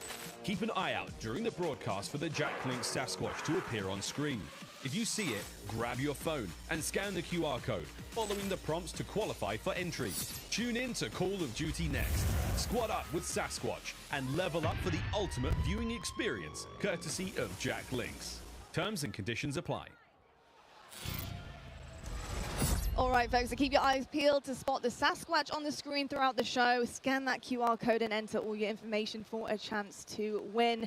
But it is my absolute honor and pleasure to be on the desk, of course, alongside Maven. But we also have Jeff and Joe on here to talk all things Modern Warfare 2. Of course, our multiplayer design directors here. And we're just going to get a bit nerdy, to be honest. You know, we're going to look at a bit of gameplay. I am so excited to talk about it. But Maven, I've got to ask you, what do you want to dive into first? We have the two guys that are going to answer our questions. Well, first off, by the way, you guys killed it in the opening of the show. Thank you. Know, it started real smooth. I'm sure nerves are going a little bit, but it was awesome to see. But I know we're going to have gameplay that's going to be popping up. We're going to chat through stuff. But I think one thing I kind of want to chat through is just there's been a lot of significant changes. You guys are always looking to how to kind of tweak the wheel a little bit. Can we chat through kind of the perk change and where your head was at with regards to that? Because it's a big change. It's interesting. Yeah, you know, perks haven't really been touched for a long time in the series. And I guess by nature, they're passive. And so most of the time, we've found people just, you know, find the 3 that they like, and that's it. They kind of forget about the I said that earlier. That's me. Yeah. Like, I find a few I like, and, like, that's my class. There we go. We just wanted to come up with a system that was a little bit more engaging. And so we grouped them into 3 different categories. You get 2 to start with, and then you pick a 3rd, and then you pick a 4th, and they're rewarded as you play. You really like how they proc at the end. Yeah. I mean, an announcer comes up, tells you what perk you got, and it kind of re-engages you with what's available, right? And they're earned through time and score, so eventually you'll get them, and it doesn't reset on death. It allowed us to kind of like create a couple more powerful perks and put them at the end because you're not going to have them the whole match. And there's some interesting depth there where you can say, okay, UAVs are really powerful early match. Like there's different things you can do where you're kind of like, if you're one of those players who really wants to noodle, you're like, hey, I know these aren't in play yet. Well, I guess, listen, it's very different, but I'm also a big like RPG guy, so I like the process of like unlocking things and earning things. It's just like at the core of who I am. So I dig that, just like the progression over the course of one single map. I think is very cool. Yeah, it just feels good. It feels good. It feels good to be reminded what you have. Yeah, no, 100%. Oh, and I guess we didn't touch on actually is the packages, right? From like, we're talking a lot about the theory crafting of yeah. But we actually have these defined packages. So early on, you just say, you know, I want this playstyle. I just grab this package and go. And then later on, when you're like, okay, I like that, but I want to noodle a little bit. You can hop in and create your own packages. You know, that kind of, it really, people can see that through the default loadouts. And we've packaged in, based on those kind of player behaviors we were talking about earlier, we've usually shipped 6 or 5 default loadouts, but we have 6 with this one. Okay. We found 2 for each behavior. And so those perk packages are already in there. And it's something different in this game. We actually allow you to attach a field upgrade within that, within each loadout. And so it's a little bit more micromanagey, but it felt to us that you're kind of more creating your class and your character for, you know, in that. So people in the beta should really try out those default loadouts because we put a lot of time into how those play. Well, I'm curious in like playtesting, did you see like I'm sure everyone has a way they view themselves as a player. Like maybe you want to start as more of like a sentinel type. Did you see like as people got more comfortable with the game, like an evolution towards maybe a faster pace, or what did you notice when playtesting these different types of things? Yeah, I mean, I think overall most of our players are rushers. Yeah, you're not wrong. Depends on the circles you run, but you know, there are these other players, and we wanted to just make sure that you know we're supporting all of them. And so, you know, some of the field upgrades can be more sentinel and trying to hold down positions. But that's why we added in the DDoS, like we said, to kind of just say, I've had enough. I want to pause all this stuff and make it go away. But we also leaned into creating game modes that can facilitate this kind of siege gameplay. Now we talk about the rushing players, right? But we also want to talk about the pacing, the movement, you know, what it looks like, how it feels to be in game. And when I got a chance to get on the sticks yesterday, something I noticed is it is a little bit slower paced, right? We're going to be sprinting round, not sliding round. And I think another thing I want to talk about is the dolphin dives. I've been diving down escalators, getting prone, looking at hard points, trying to figure out, can I see bomb site B or A? Like, you know, it's pretty incredible with the movement and how it feels. What was it like making that? What were the decisions behind that pushing forward? Because the feel of the game is huge. Yeah, I think fluidity, and I mentioned it previously, is like really, really important, right? But we did make some small tweaks, right? Like slide has a little bit more of a hang up so that people aren't just sliding around the map, so that they're actually moving through spaces, checking corners, and kind of like pacing themselves. But the general movement of guns should be almost exactly the same. And Jeff and I regularly check in. We're like, okay, how are we doing? Like, let's look at last game, let's look at this game. And we try and be consistent in that regard. But there have been these small tweaks, and the dive is one of those tweaks. The ledge hang is one of those tweaks. And those will change how people move through a space, right? You won't throw yourself over a wall, you'll peek that wall first. Yeah, I love the ledge hangs because, you know, just testing out yesterday, being able to kind of ledge hang and really use it as intel as well. I think when it comes to multiplayer and competitive side, that's kind of where I'm at here, is being able in S&D, just being able to know where people are, give that intel to your team, peek that back down again, making sure you're not getting your dome ripped off by a sniper, of course, major stuff here, but and exciting that the fact that you can get your secondary weapon out and start to put a bit of damage in and help out there. So in terms of ledge hang, where did that come from? What was the idea behind it? You know, why is it so special to have it in the game? To be honest, it came out of face planting too many times, parachuting in, just missing that ledge, and you're like, nope, that's frustrating. Let's fix that. Well, we've all been there. Like, whether you've been playing Warzone, like you're trying to like hop and grab it, and you just like, it's like you want to hit the button to like activate the pull-up, but then yeah, you hit your shoot and you're like falling down. It can be so frustrating. Yeah. So I mean, really, that's where it came from. But yeah, it was also the high mantle too, right? Like late when we were developing Modern Warfare, and then Warzone started to come out. We had these walls and things. We ended up turning up the mantle height in Warzone. Okay. And it didn't feel as polished, but it allowed people to get over walls they otherwise couldn't.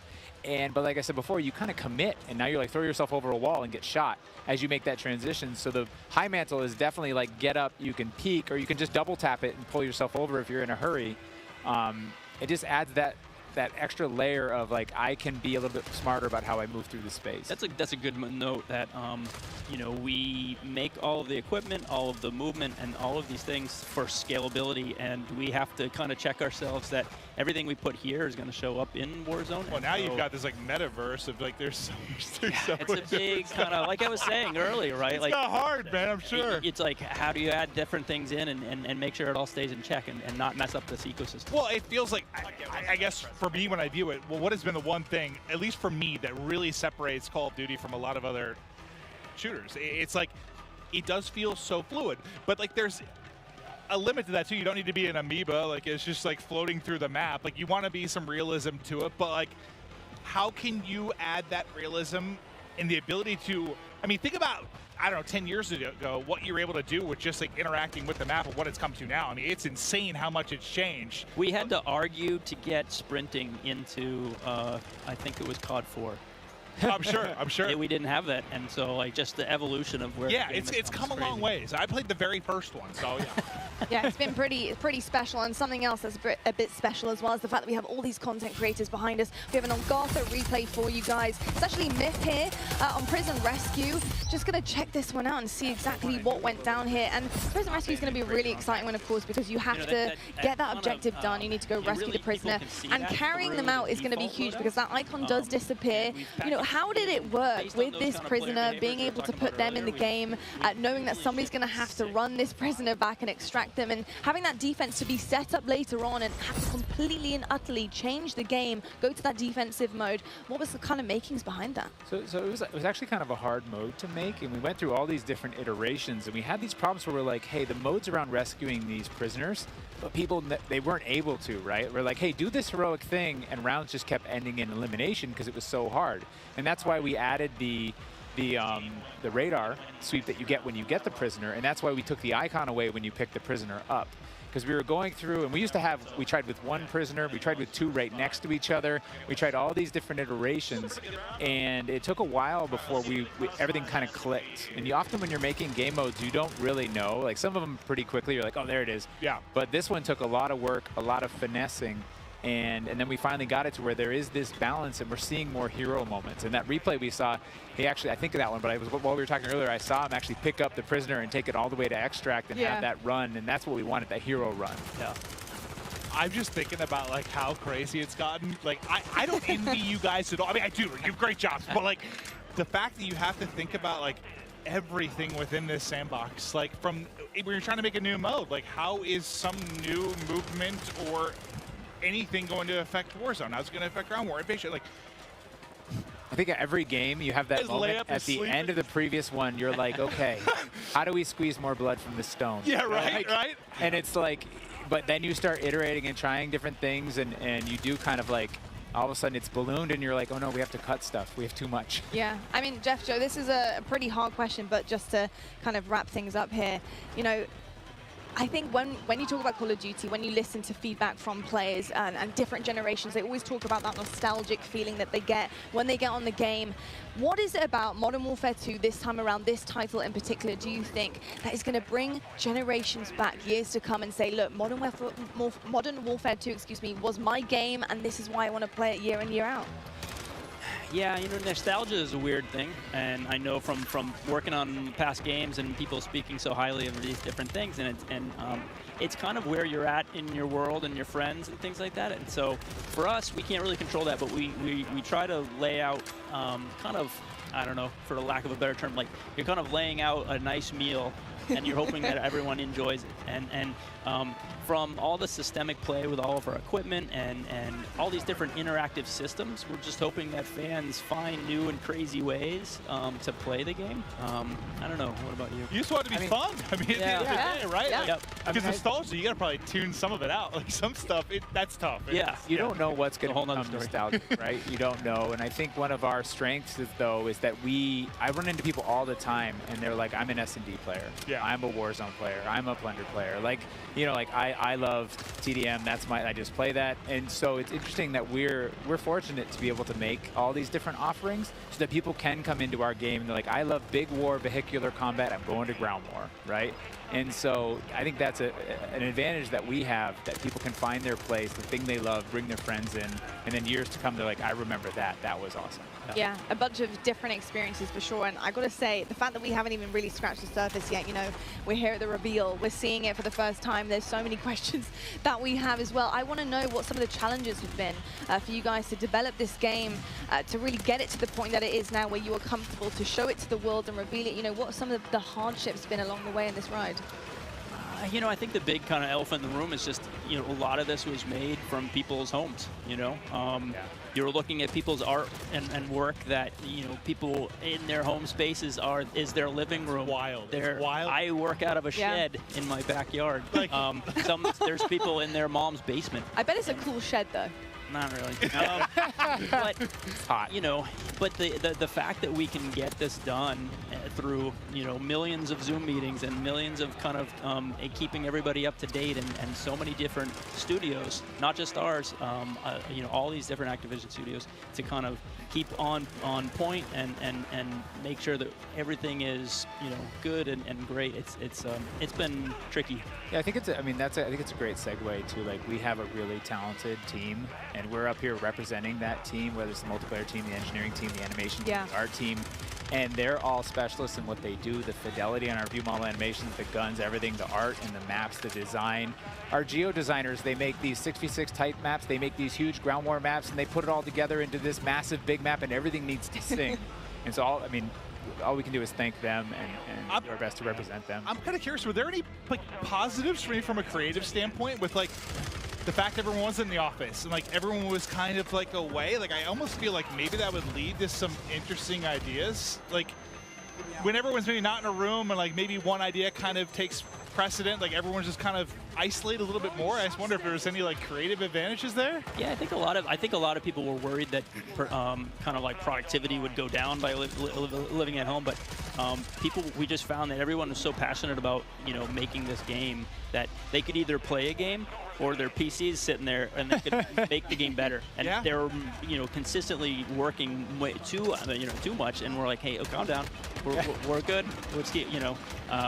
So I think that is a little bit of the fun part. What I heard in some cases, like, productivity actually, like, went up, which people didn't expect, and, like, now people are downscaling offices. So I was kind of curious if you just had, like, a lot of, I don't know, superstars kind of show up and pump out some really amazing stuff. Yeah, it's tricky because, you know, we've just now been coming back in and getting kind of that kind of community in the office, and that has been a great way of kind of solidifying the game and getting people back in and feeling you don't get the big hoots and hollers when you're at home, right? Yeah. So we get people in the office, we get them in the big pit, and we're all playing. And Gold like, star.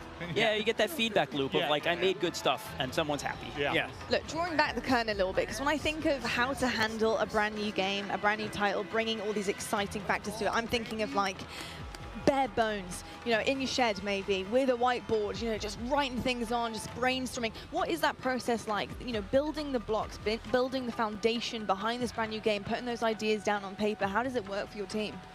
Well, that's a big question. I mean, one aspect we used was we tried to kind of break everything down as simply as possible, and that really is just like a one-on-one interaction. Yeah. You know, like if you imagine how many times a one-on-one interaction happens in multiplayer or in single player, and like what does that look like? You know, they could just shoot each other, but you know, it's what is in your loadout, what's in my loadout. It's almost like it's like a card game where I use my flash and you use your smoke, and and so like we really worked on how many permutations and how that can play out. And so we figured if we can get that to come and play out in a lot of different ways, we can make a really deeply replayable game, which should, you know, make everyone really happy at the end of the day. Nah, it seems like everyone's having a blast so far. I mean, this in general, it's got to be pretty special to see just this many content creators here, gas up, enjoying the game. I mean, it's been absolutely incredible. Honestly, Jeff, Joe, thank you so much for being here, giving us all the insights, letting us nerd out a little bit, ask all the questions that we're dying to know. But I tell you what, it is about time right now to head on over to the main stage to talk a little bit more about COD Mobile. We've got Beef Mummy and Matt Lewis over there. Let's take it over to them and see what they have in store. All right. Thank you so much, Lottie, and welcome back to the Command Center presented by Xfinity Rewards. And it's time to finally drop into some epic Warzone mobile gameplay. And joining me here, none other than Matt Lewis. I've been so excited to bring you into this stage. He is the Vice President of Product Management for mobile.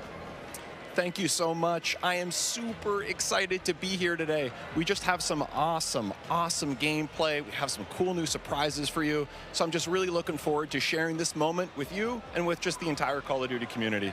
I'm so excited. I'm just ready to get into action. And obviously things are just heating up over here. And it really is impressive what you've been able to pull off here. And watching someone play, it looks great. It feels great. It's as if it's running off a console, to be honest.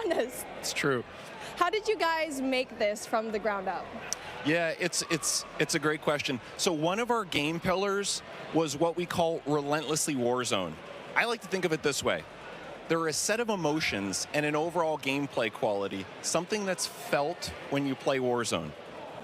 And for us, you know, that's something, it's a product of these proprietary combat and movement systems, the Verdansk map, tons of vehicles, and some unique Warzone mechanics, things like the gulag and in-game loadout drop.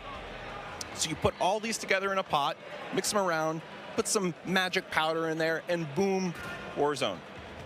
So games, they can try to match this recipe and they can spend a decade, you know, iterating and testing and trying this and that, but they're just not able to quite get there. So for us, being on the same technology, it means we don't have to tinker nearly as much. It's just an incredible advantage for us. So how was the team able to do it and just really pull off everything that you've had here so far?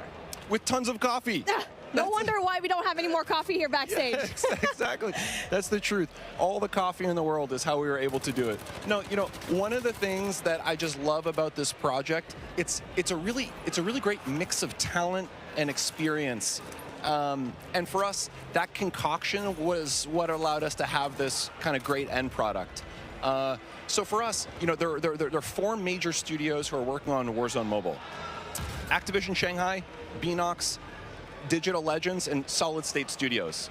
So our philosophy, it's been to mix together really amazing Call of Duty console and PC developers with some of the best mobile developers in the business. Because that's what we want, you know, an authentic, adrenaline-pumping Warzone, but something that is ultimately in this made-for-mobile, amazing, super polished mobile experience. It's been so much fun watching all of these streamers today, and this game looks like a really great time. What is the best way for our viewers at home to guarantee they will be the first to drop in and play Call of Duty Warzone Mobile? It's a great question. It's a great question. So for us, pre-registration is going to start today. We'll have a little bit more on that later. We're super, super, super excited. And if you're on Google Play, if you log on to the Google Play Store right now, you'll be able to start to pre-register. If you're on other platforms, please keep an eye out on all the social channels. We have the social channels live now, so follow, comment, all that kind of good stuff. And we're coming soon on the Apple App Store for pre-order. We have some incredible rewards. I'm going to talk about those maybe in a few minutes, but maybe for now, kick it over, check out some gameplay. Oh yeah, I can't wait to go and pre-register for myself. I'm just so excited. But that brings an end to our coverage of Call of Duty Warzone Mobile. And honestly, it's been such an amazing, great time here. But obviously, before we do end all of these, we're going to try to see what kind of fun all these streamers are bringing it up over here, because we are taking up on the screen right now. I mean, this ends with us just trying to introduce the game, but obviously every one of us, we want to see the gameplay. We want to see everything that's happening here, and obviously I am with the best person to talk about everything that is happening here on your screen right now. Oh man. So when I'm looking at this gameplay right now, for me, one of the things I love about Warzone is that vehicle play. The vehicle play, the movement, and the combat systems all tied together. I'm a thumb player. I can't do the claw myself, so when I see other thumb players in particular on the vehicles, it's a soft spot for me. I just feel great. Yeah, I mean, I feel like a lot of the players right now, even if you're not on mobile, you just see this map and you go back way back 2020, and you're just seeing this map Verdansk. It's just you're basically having a little bit of a throwback from when you used to play this map, and you get to play it here on mobile. And so I feel like it's just so exciting to finally see this map back into life, and really, we're just ready to play. I know, yes, we're in alpha right now, but I played the game yesterday. It feels amazing. 100%. I think you nailed it. I think the team is really, really, really happy with where we are. If we think of the development process, we typically think about 4 stages, and we're in the 2nd stage right now, where we're live to some amount of people in our alpha, and we're going to be entering a beta shortly. So for people who are interested in getting their hands on the game, the best way to do that, to pre-register now, follow all of the channels on social. There'll be some great updates there. And we just have loads of improvements, loads of surprises too. We just have some super cool stuff coming in. New features, maybe some new gameplay. Gunsmith is looking absolutely incredible. I think players who are familiar with it, they're just not going to believe what we have coming out with soon. And as you can see over here, we definitely have streamers that you're very aware of already just logging in, checking out Warzone Mobile. And it looks and feels amazing, as you can see on your top left screen. We were talking about this beforehand, right? One of the POIs that we really love to talk about is Boneyard, because for me, in my experience in Boneyard, it's great. It has so many chests. You definitely can get a lot of money, but the moment that you drop in, you already know there's a bounty on your head, most likely. Me too. Boneyard for me is my favorite. I'm a player. I like to equip 2 things. I always like 2 primaries for myself. A shotgun is a must, and I like my shotgun and my sniper. People make fun of me for it, but that's what I love. Boneyard allows me to do both those things. I tend to like to hide out myself in some of those little airplane shells, wait for unsuspecting people to come in, and you know, sometimes I'm lucky and sometimes I'm not. But that's me, Boneyard all the way. The fun thing for me too, we've been noticing some people, we've been noticing Bobby talk about this a little bit earlier, is, you know, being able to go back into some of those points of interest that you like, in particular ones that were former MP maps and previous Call of Duties. It's just one of the things that makes Warzone awesome. I know people were talking earlier like, oh my God, Superstore, Superstore, Superstore. Oh yeah, speaking of Superstore, I mean, I like dropping in there because I feel like I'm going on a shopping spree, grocery shopping, all the weapons that you need on the ground, they're over there. You know, but the thing is, it's in the center of everything. You're in the middle of everything. So if you want to go and just go away into safety, you're going to have such a hard time because you're worrying about people up top. Airport is right there. Boneyard is right there as well. So I feel like for me, like since we're seeing Boneyard right now, it's kind of like a safe little spot because it's right off to the side, but you still get really good loot as well. Totally, well said. And for me, one of the things I love about Verdansk as a player is there are these mix of different ranges. You have really close quarter, inside combat, things like Superstore. You have some long distance sniper areas. Some people I know like to go on top of dam and try to pick off some enemies. And then you have things that are great for AR, you know, that mix of ranges. So it really is kind of like, you know, choose your own adventure. How do you want to have that kind of gameplay? Well, talking about the gameplay that we have right now, we definitely want to have a little bit of a look into the different streamers that we have, because obviously you can see here the duo. We got Hawks, we got Bobby Plays, and they're definitely really known in the scene, especially when it comes to mobile. And so it's really exciting to finally see these guys enjoy the game, because we've been talking about this for such a long time. And I really asked Bobby, are you going to be here in this event? I saw your invite. I wanted one as well, but obviously I sneaked into the COD Next event and was finally here, finally able to you know, see the alpha. But hey, since we're here, taking a look at what's going to happen here on the right side of your screen, you're taking a look at the map, and it's like, it's exactly what we saw in Warzone. Totally, and it's getting to one of those end crunch periods. This is my favorite. The circle started to close, not yet final circle, but it's definitely that time you got to be a little bit strategic and smart about your choices. There is a penalty if you get a little bit too aggressive. And now, speaking of being aggressive, it's like we were talking about it. It's really a matter of where you drop, because obviously the tier 5 loot zones, the tier 4 loot zones, you'll always have that risk, but obviously the reward is a little bit more high. I mean, especially if you're going to be dropping at the very ends of the map, at the very end sections of it, where, yes, you might not have better loot, but you might have a better time not really looking for those kills. But the best thing here is you need to find that middle ground in every BR game that you have. For here, cash is king. You need to buy out, go and find a way to buy your fallen teammates, because we've already talked about it before, or maybe even meet them in the gulag later on. I'm really hoping to see a gulag feature over here. I want to see it. Me too, and looking at the mini-map here, there were just quite a few red dots around. Something tells me we're going to see the gulag pretty soon. And now we're talking about the weapons that they have over here. Obviously, it's something that we've seen already. The Fennec, I feel like it's going to be a really good gun. And speaking of, there you go, gets one. So that's a really good start for him. So hard up. We can see Bobby Blaze. I mean, it's just like Bobby Plays has been such a tremendous name here in the mobile scene, and now he needs to get out, because he's going to be in big trouble, especially going out here with no cover whatsoever. Yeah, I don't know. He's living dangerously. I don't know, Bobby. I'm worried for you, man. Yeah, Bobby and Hawks, they need to find a way to, you know, just get some cover. There you go, finds one. Gets the kill, and that's going to be really good for them so far. So again, so far so good, and I'm really looking forward to kind of just talking to the guys later on after this gameplay, right? I feel like they have a lot to say. Me too, super curious to hear. Also curious to hear how this interaction here ends. I want to go back to one thing you were saying earlier with the loadouts. One of the things for me that I just absolutely love about Warzone is being able to have this little in-game economy and the strategic choices that happen as a result. Sometimes I want to get my own loadout. Sometimes, no, I'm all about buying a new score streak, leveling up, helping my squad that way. There's a really nice element of strategic choice, and it's ones that we know players in Warzone 1.0 on console and PC, they just absolutely loved. And, you know, in mobile, there's really nothing quite like it. So just can't wait for players to get their hands on that. Oh, most definitely, because I had my hands on it yesterday.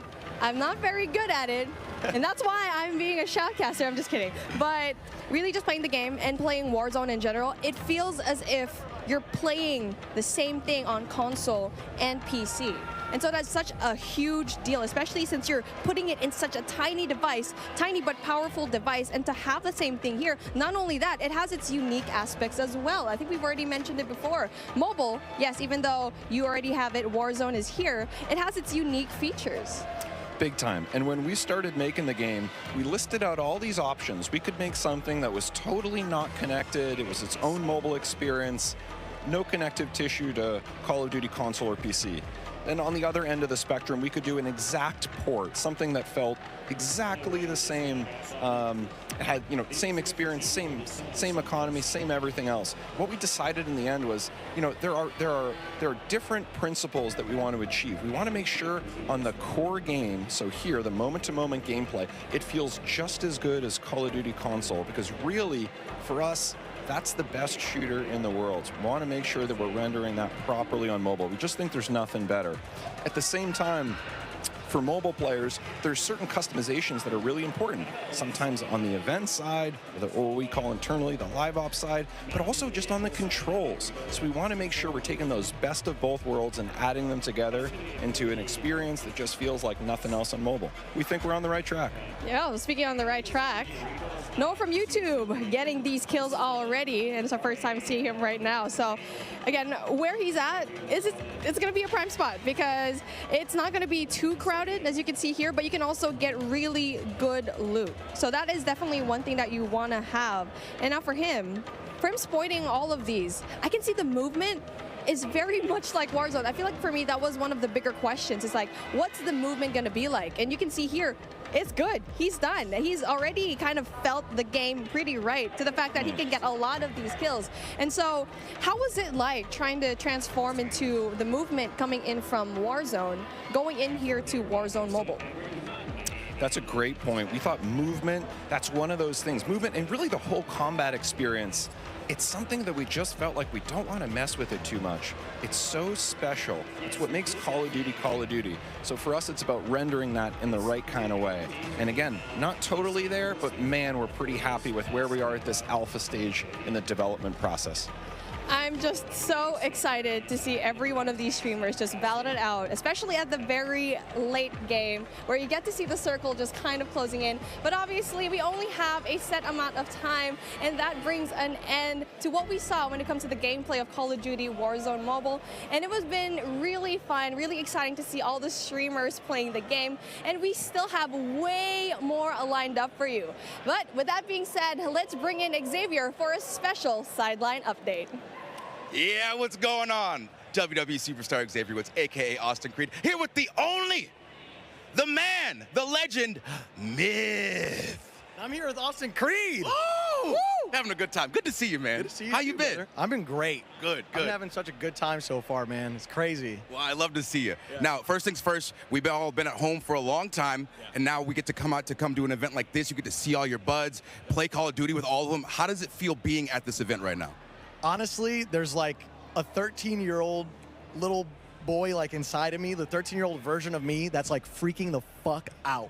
Sorry, I don't know if that's allowed or not, but my bad, I won't do it again. But like, I am losing my cool. Like, I think it's awesome to think about the fact that like I'm at a Call of Duty event and one of this scale for a game that's this big. Right. Yeah. Well, since you got to play the game with a bunch of people so far, what's your favorite thing? Ooh, my favorite thing, an individual thing.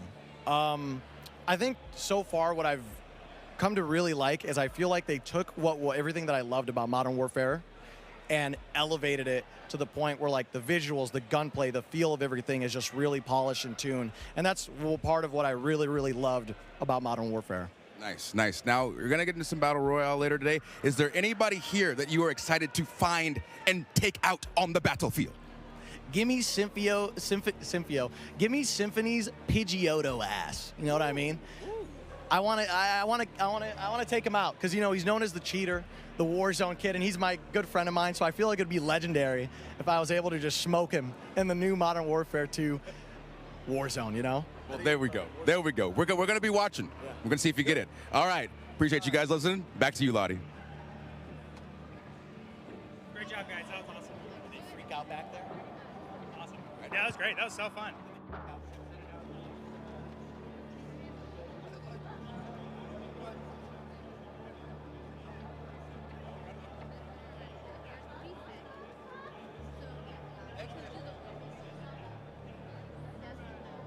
Inside, how hyped up he is, like, oh, yeah. I love it. Yeah, I mean, everybody is. I feel the exact same way. Yeah. Like, everybody's in one room here for one reason. It's to play and be excited about the new game, man. You can hear it, like the passion in here. Everybody's loving it, all the new game modes. And we got one on the screen right now. Like, we've had 3P in Call of Duty before, but not quite like this. Yeah, it's been pretty amazing. And yesterday, just being able to play, seeing your own back as well has been a while, of course. I gotta say, it felt pretty damn good. And when you got used to it as well, Ali, like, yeah, I started frying, and I know you fry. Oh, I was having an incredible time yesterday. I was on other streamers' setups, so I made sure to change my clan tag to CXT, so everybody knew who was absolutely world starring them on the map. But I will say, the energy in here compared to like a competitive event is just, it's intense in a totally different way. It's intense in the fact that everybody is just so excited and everybody is just having pure fun and bliss loading into a new game, figuring things out. Like, the energy is just on a different level. It really is on a different level. This looks sick. It does. Yeah, what I like about this, Clint, is in 3P, you know, it's 3P, you use the corners, get that advantage. But when you aim in, I was worried about it feels really like, natural. It looks really natural. Yeah, I was worried about how seamless it would be from like going from 3P to aiming in, but it's perfect. Your centering feels on point. If that's how you play the game and try to keep your, you know, red dot in the middle, you can play like that, right? So it's really nice, man. It works. Well, the only time I'd really messed with it too much for me was the COD Mobile BR, like the first iteration of it, like that kind of that 3P to first person. That was the first time I really had messed with it much, and it felt great. So it's really cool to see them try to double down, create a game mode here. Yeah, and you can also looks really seamless, like you said. You can also kind of see how your character moves. Remember we were talking about earlier, Ali, where it was like the character, the movement, like it feels different. It's reimagined. Like when you're jiggle peeking, you see the hips, the head move, everything. Yeah. You can really see that in the 3P. That's what, you know, when I had that realization, I was playing that earlier. I was like, okay, I'm going to have to play these angles a bit differently. And, you know, if you're a little bit more of a tactical player, like to get that information, this is going to be what you want to play. And I don't know if this goes for everybody, but this is the first time I played a third person like this, where you actually went into your sights still. Like, that you weren't still in third person when you went to ADS. So that was very interesting to transition for me, and I was curious at how it would work with the controller, because I use controller personally. I feel like most keyboard players are a little bit more accustomed to stuff like that. So I was wondering how that would translate, but like Ant was saying, like, it just felt natural. Like, it felt normal, and it was actually really, really fun to play, because your FOV, like, you see everything, and like you play and you peek corners like totally different than in your first person mode. Well, the one thing I really like is, like, one thing I'll struggle with sometimes, like, you get this really cool operator or something, right? Like, a battle pass comes out, like this really dope operator, and you don't really get to see that much, right? It's more about, like, your gun when you're in the first person. Yeah. But with this, like, if you get something dope or some of the different emotes you can do, like, your skins. You are showing You get to see what you look like. I think, going back to quickly your point there, Ali, about getting used to kind of the zoom in then into the ADS as well. It does take a second to get used to, for sure. How would you handle that, though? Because I think, you know, traditional Call of Duty games, you know, straight up first person, you know, you can snap really quickly, right? Your ADS, you can put perks on to make sure that ADS is as fast as possible. This takes a little bit of time. So are you pre-aiming when you're going around? Like, what are you doing to try and kind of combat that? Well, I'll tell you right off the bat, when we first loaded into it yesterday and got a little bit of a taste, I thought it was a bug. Like, I thought you weren't supposed to be able to hit ADS. I was like, oh my gosh, no way. Like, oh, they're going to be playing tomorrow and this is going to be happening. But that, it was meant to happen. It was such a smooth mechanic. And talking about getting used to it, I was pre-aiming quite a bit, but as you got used to it, the hip fire on a lot of these weapons is actually incredibly accurate. So if anything, you're going to find yourself hip firing a lot more than ADSing when you're playing this game mode. Again, might leaning towards the mouse and keyboard players who are more used to not actually your centering is just your centering. Your centering is Listen, incredible. Guys, I'm not gonna lie. I've played tournaments 3P on Call. We had it back in the day. Like, I've grinded 3P Call of Duty. It's actually a lot of fun. We used to have search and destroy tournaments all the time. I think these guys are having a lot of fun with it. I mean, you can see, like, it's a completely different play style. Where did you come from? Hitch is surprised. Yeah, he's not happy with that, for sure. But it's absolutely incredible. And another thing, you get a different kind of FOV feel for the map as well. You know, you see things in a different kind of scope and bigger picture here. I'm kind of curious to see what things look like in terms of like hanging from ledges from third person and how that kind of works as well. Like, they put in so much work into the game. Like, IW, I see you. You want us to see everything. And that's kind of what 3P is for. Like, Clint, that's a really good point. Like, with your operator, like, I want to see that swag. Well, I miss, like, it was a simple thing, but back in Blackout, like, you know, the first iteration of the VR, you had like these emotes that you could do, like a hula hoop or something that would go out to third person. And I kind of miss that going forward, because I like to see, if I get this really cool operator, I want to see it more.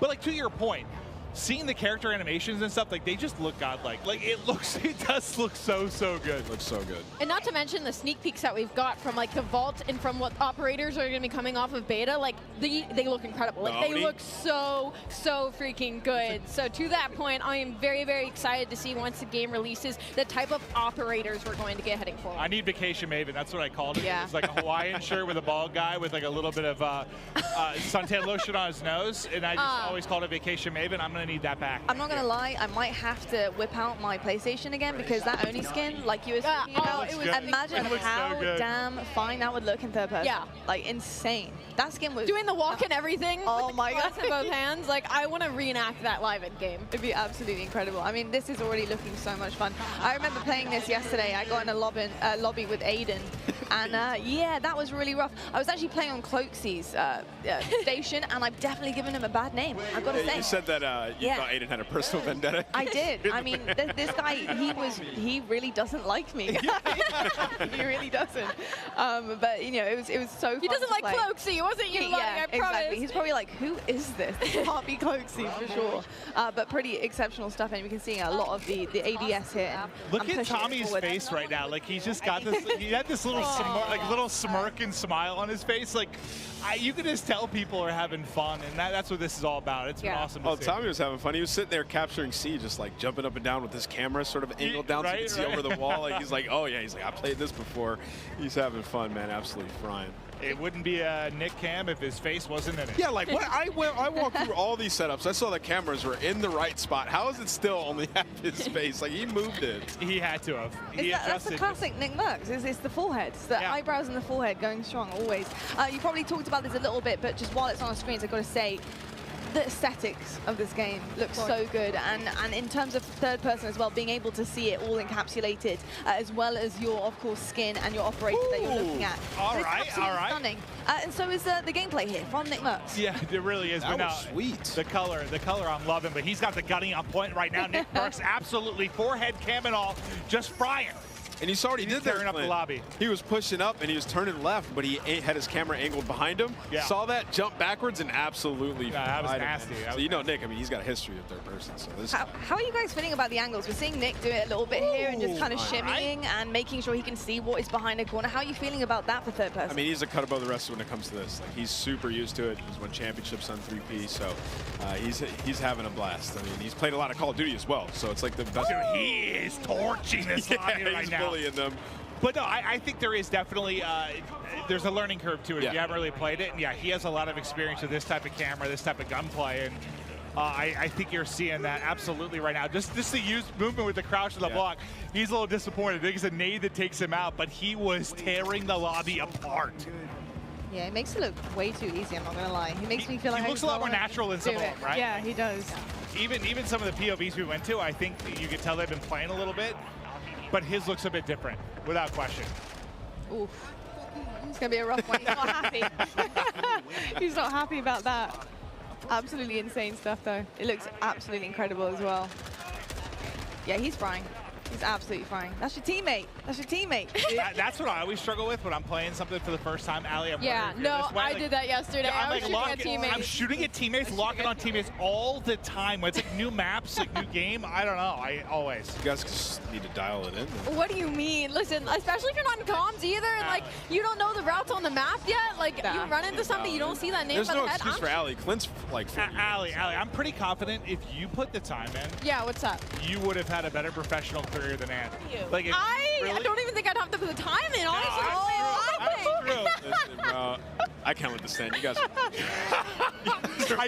I used to always mess with Ann. If I skipped college and I was grinding, like Ant's in trouble. We're gonna take a look at a replay now. Nick was absolutely popping off in 3P. We know he's got the experience with it. Let's check out the Elgato replay. Yeah, this guy obviously has been here before, but of course on a new game here, Modern Warfare 2. Looking amazing. I'm pretty sure this part he does snap off. I thought that might have been the part where he died. I was going to say surely not. But just really, really seamless gameplay from Nick Merckx. And it's something to expect from him for the future. The fact that he's getting it down already, brand new game, brand new maps. I mean, it's pretty clean, isn't it, Nameless? Yeah, he was frying, and he wasn't even using right-hand advantage there. He was literally using the left side of the screen. So that's part I always struggle with is that toggle between shoulders. Like, I mean, it's very natural when you play more, but like at first, I'm not very. I just end up like looking at over one shoulder, basically. Yeah, I always look at the right side, man. It's so tough. Left side, I always get gunned. Oh my goodness. Oh, I say he got a couple hit fire bullets. Got almond here. Was that a shotgun that killed him? I'm not sure. Looked like a shotgun. The shotgun looked disgusting. I was watching Tim use it earlier. No way y'all like shotguns. That's crazy. Yeah, I probably need one, to be honest. I probably need one, for sure. What do you guys think of the perks as well? Obviously, the perk packs, we talked about that with the devs earlier on the desk, and we saw that pop up a few times now on the screen. But obviously, having to earn the perks and kind of produce the goods and secure those as you're playing is pretty cool, too. Yeah, we'll see what people play around when it comes to, you know, the perk setups. You can create your own, but they also have different, like, classes. You can be a support player. Clint was mentioning it earlier. You know, you can be a sentinel. Josie was talking about that. So there's different categories. I think most people will just, like, create their own, run some of the historics that we have at EOD, which is back battle hardened. You can stay away from stuns, nades. And then Dead Silence is a field upgrade. I know everybody's always talking about, is Dead Silence in the game? Well, yes, it is. It's a field upgrade. So you can still have that while you pick your additional perks.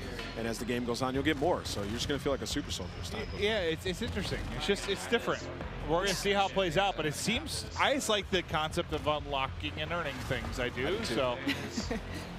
It's satisfying. You get kills, the game goes on, you get an extra perk. Like, we've had like something similar before back in Ghost with the Specialist, and you felt unreal as you started to unlock some of the other perks. So I'm excited to see how these guys play around with it. Ooh, all right, Papa App.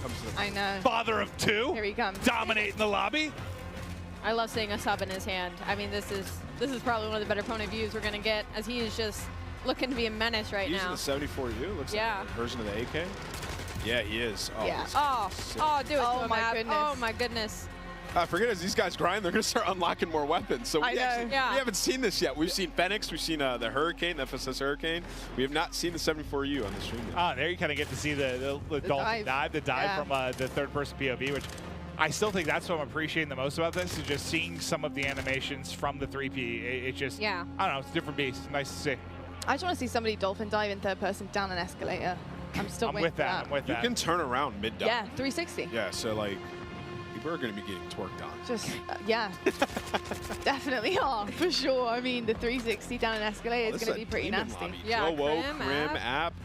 These guys are turned. Speaking of, I want to know how you guys feel so far about competitive play. I mean, we've got some incredible pros or ex-pros on our screens as well. I mean, you know, so far, so good. How are you feeling about the pacing? How these guys are playing great. These guys are playing great. Yeah. But I think, you know, the main things are like, going into it from a competitive aspect is like the maps, which the maps look pretty good. Yeah. Auto looks great, and we've only seen a Yeah, it's like impossible for you to say. Yeah, just gotta spend more time on the maps. Yeah, the other play feels good. Like for me, Get when some I sit grinding down, Clint, like the first thing that I look at is like the gunplay. How does it feel? Yeah. And it felt great. Like the movement feels good. You got some, you know, extra mechanics. You get good gunplay and movement. It's like everything else is kind of be all right. If it's fun to play. Yeah. So I think so far, like it's W.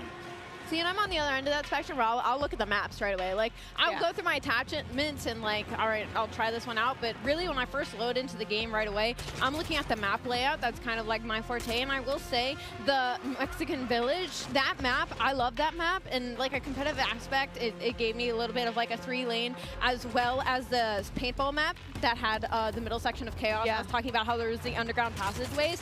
It's giving, again, like a 3-lane hybrid. So with the maps that we are given to play with on this alpha test, I am looking forward to the game release. I'm looking forward because for competitive side of things, at least my personal opinion, things are looking bright. Cool. Amazing stuff. I love to hear that. And I'll tell you what, I love to hear from some other people in this amazing arena. We've seen a ton of action so far, of course, our third-person mode as well. But it's time to toss it on down right now to Gina, Darling, and Stephanie to give us an update on how things are on the floor and what is going on over there. Hi, Stephanie, and welcome back. Now listen, we've heard it teased a couple times today. Raids are coming to Call of Duty. Now, would you mind letting the people at home know what they can expect for this new experience in Modern Warfare 2? Thank you, Gina. It's so exciting. I feel like I have been able to announce so much cool stuff today. So this is sort of the cherry on top of the sundae for an awesome stack of all of the Call of Duty content that's coming your way this year. But Raids, an all new experience, different gameplay than we've ever really brought to fans. And this mode is ultimately all about communication and coordination, the things that you expect from a raid. And we're actually going to be looking at episodic missions, all of them sort of a couple hours in length, starting with Season 1 and the launch of Modern Warfare 2, and then having that narrative, which will actually, you know, play in with the campaign, continue to play out across every chapter. Exciting. Oh, I'm so hyped for this. Now, can we get a little bit more detail on the gameplay itself? Yeah, so we're looking at 3-person teams. And like I said, this is all sort of a mix of combat, of narrative, and puzzles. So those sort of core mechanics of what we know and love from raids are coming to Call of Duty in that style. And like I said, I think the way that the narrative will continue to evolve seasonally across each encounter and each mission, I'm stoked for everybody to get a chance to see these. Now, listen, as a longtime Call of Duty player, lined up during midnight so many times, and the still GameStop, at the Best Buy. Shout out to the mom and pop shops too, and still streaming Call of Duty to this day. This gets me so hyped. So please let me know how and when can we dive into raids. Right. So this is going to come with the launch of Season 1. So same dates you're looking at for Warzone 2.0. This will be November 16th. Season 1 kicks off for Modern Warfare 2. And I think it's going to be somewhere in the middle of Season 1, actually. So it's going to be great. Awesome. You heard it, guys. Thank you so much. And let's go back to the desk. Thank you so much, Gina and Stephanie, and really excited about everything that is coming in. I just feel like the more the day goes on, the more we're getting, the more reveals are coming. I mean, there is so much to unpack here, isn't there? It's just, listen, I've been a part of a ton of these launch events or premieres, and you know, we've shown, usually it's been like a multiplayer reveal, or maybe we'll show off like a campaign or something. Never, I don't know how to describe it other than like it feels like we're in this sort of like metaverse now. With Warzone Mobile, with Warzone 2, with multiplayer coming from Modern Warfare 2. It just feels like it's just giant sandbox of so much cool Call of Duty shit that I love it. Yeah, absolutely. I mean, you know, it really is an experience. I feel like Modern Warfare 2 is bringing absolutely everything to the table. Or, on the other side of things, there is something for everyone, right? I mean, we're getting DMZ, we've got Ground War coming on our screen in just a moment. Oh, I want to see a tank blow someone's face off. I mean, third person, the list is absolutely endless. So the fact that there's so many Call of Duty fans that love something specific about COD, they have something to sink their teeth into here, Ali. And it's just it's a lot. incredible. He is a good-looking man. It's like an amusement park. No, you're good. I need you to let you shoot your shot. I got distracted by Cloaksy. I'm so sorry. Continue your point. I hope he sees it later. I'm so sorry, Cloaksy. I am so sorry for yesterday painting your name.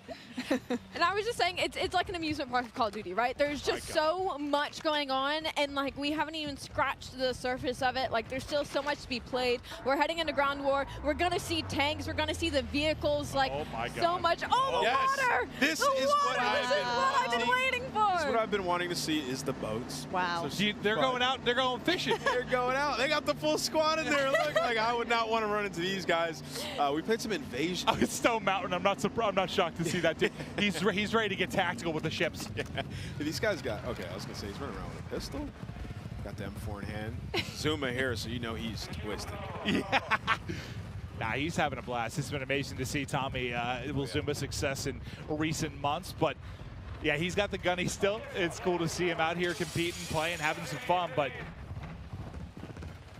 this is like, what, kind of like a middle ground between like your Warzone and your multiplayer experience for those of you that haven't like messed around with Ground War. It's just giant sandbox. You're going to see it all. Very, very different from your 6v6 type maps, that's for sure. Yeah, still with a little bit of an objective in this one, different than Invasion. Oh, that's a bathroom. Whatever. And everyone's in here just trying to, like, you just come in here, you pull out a sniper, you pull out an AR, SMG, drive all the vehicles, like, full experience of Call of Duty can be had here in Ground War. Yeah, that is very, very true, actually. It really does kind of remind me of Warzone. I don't know whether that's just because Aiden's on my screen or whether it's just because, obviously, this is a massive map, but it really is almost like a little bit of a warm-up and a little taste into what Warzone is, and it's cool the fact that you can get that in Modern Warfare 2. You can kind of come out of multiplayer, chuck on Ground War, and just get straight into things here as well, which, oh, God, go on. That would have been so sick. We want to see a sniper shot right from the top there. Well, I was kind of curious if he was trying to hit shots at that range. Let's see a swim. Let's see some swimming. I mean, it's not even a sniper, is it? This is the breaststroke. It wasn't even a sniper. It was just a scope. Oh, yeah, no, yeah, it was. Wow. He is swimming fast. I've been compared to Michael Phelps due to my long arms and very athletic legs. Is he getting damaged? Yeah, pretty sure he's either, I wasn't sure if he was drowning or getting beamed. Ooh. Maybe a little bit of both. Hold the phone. I love how the movement with Aiden, like you can tell he's playing it like Warzone. Like when we were first watching him, like he was busting doors open, looking at the ground, looking for high ground. And so I think that's like, it's so interesting to differentiate the play styles between all the players and creators that we have here. Yeah, it's very interesting. And you can see right now he's just obviously selecting his loadout here, and it's something we also got into earlier on. But Ground War, what kind of loadout do you want? Obviously, it's very different from multiplayer. It's so much bigger. You know, what are you thinking? You gotta have have an AR with. You saw he just put a bigger scope. He just hit himself in the forehead with that nade, I believe. Split. Hey, listen, it happens to the best of us, Aiden. It happens to the best of us. Not me, but it happens. I love that you can select your spawn as well. But yeah, you're gonna want like a sniper, an overkill AR. Nice movement. Yeah, this spawn selection is huge, by the way. That is such an interesting, cool kind of push there into Ground War. Listen, this is what I'm doing all day. If I'm not in the back sniping Ground War, like I'm in a tank, 100%. Like, look how fun this is. This guy's just driving around, just blasting people. Nothing but vibes. What song do you think he's got playing in the tank? That is a good question. That's a very good question. Yeah, I was saying it was some like AC/DC. Usually in the trailers, I feel like there's usually some. Oh, he's trying to rock shoot the water. anthem. See what Wait, drive the tank in the water. I want to see what happens. I would love to see that, please. Well, what's the one? Is it the ATV that's like can do both? It's like amphibious, right? I believe they talked about it. I think in like the opening of the show, there are some vehicles that you can take right to the water. Like it's some James Bond stuff. They said they sink slow now when you drive a vehicle in the water, which I want to see a tank sink slow. I know. It's kind of cool just to see people diving in, by the way. Isn't it? It's kind of cool to see people jumping into the water. Stuff. Dip your toes into it. And just like when we It's scale hot. out, They're in the desert. when we come out of game and we see the view like this, it just blows my mind that they were able to set this up. Yeah. Oh, just Like, the venue Everybody itself. grinding, like everybody in a ground war queuing up. It's been absolutely amazing all day, man. You can hear everybody's getting loud, passionate. They're ready, man. Oh yeah, there's been a fair amount of trash talk. Just, I mean, a lot of these guys know each other. They're in the same lobbies, just screaming at each other across. They just redeploying on a giant heli. I have not seen that. Oh, I was looking away, back behind us. I didn't even see it. It was Stone Mountain on a giant helicopter, like 3 other players, super high. Here we go. Yeah, I was kind of curious how much you got to lead. Yeah. That's what I'm saying. I was playing. Oh, how is that not? I know. I literally was like, how? And I was leading my shot, not hitting him. I was like, surely that was on the dome. Maybe it's no lead. I think it's one of those things like just different sniper. You just got to get used to it, dude. Once you get a feel for it, Oh, you're here we hitting. go. Yeah, well, up close and like medium range, I was fine with sniper, but from range, it felt harder. It's gonna take some time to get used to. It'll take a little bit of time. I mean, I'm kind of all for that. I'm kind of hoping, at least just from the amount of like Warzone I played. I know we're in Ground War right now, but like your really long range stuff, I'm hoping with a reduction in attachments. Like this? Oh yeah, what is going on here? This looks awesome. Yeah. Well, what sort of sniper perch is this? It's like a chopper gun. Like, this looks lit. And you can, oh wow, you can really walk around? Jeez. That's so cool. That's actually really cool. I wonder if the back is open. I need you to hit it. Oh God, out of the combat area, get out. 2, 1, just back in. Like 2 of them did it though, look, noisy. Oh. But I hope like with the reduction in attachments, Try to snipe. it's a little bit harder. Like, we've gotten so used to being able to just beam someone at 200 meters. Yeah. There's a little bit more of a challenge to it. Yeah, a little bit more of a skill factor coming in. Oh, someone saved his life. Guardian Angel. I really do feel like the way that this game plays so far, the pacing, everything about it, honestly, the skill gap I feel like is there. I feel like we're going to see that a lot. Well, that guy's thigh is no longer there. That's so true. a lot of Very it true. just ripped off of the 50 cal. Very true. He was just moving with the sniper in his hand, by the way. Like, really quick. The speed demon. He changed the attachments there for sure. Ooh. Hey, Clug. What's up, buddy? I'm your #1 fan.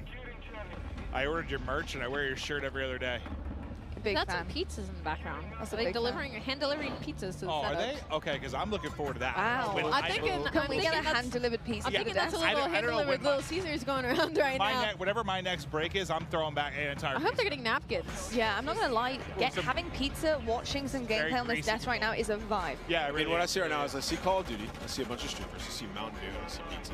I mean, This is literally opening night. Like, This brings me back to being 18, right? I know. Just the I best. remember waiting in line for the game, go home, like I'm taking school off tomorrow. Like, sorry, I can't go, Grandma. I'm sick. Yeah. Gotta put that temperature thermometer on the radiator. Make sure that's the highest it can be. Oh, there it is! my God. Of course it's Pammy! Who better to watch for the sniper? Of course! Yo. Hit it! Ah! Hit marker! Wow. Oh, he is just flying Oh his that? wow, he said I'm getting this one. It is Pam. What a moment. Pamashi bombed. Oh. Oh, he's getting ripped in there. He's been doing this for a while. Oh no. Ah. He got one though. From the chop. Look at the It smile. was You can see gross, him. too. He's so happy. Oh, I can see it now, Clint. All the 360 snipes off of that chopper. Oh, yeah. In the montages, like it's gonna. It's like what you know those moves they do off of like the diving board, like at the Olympics, right? Yeah. It's gonna be like triple carousel, 720 backflip into a snipe. Yep. Okay.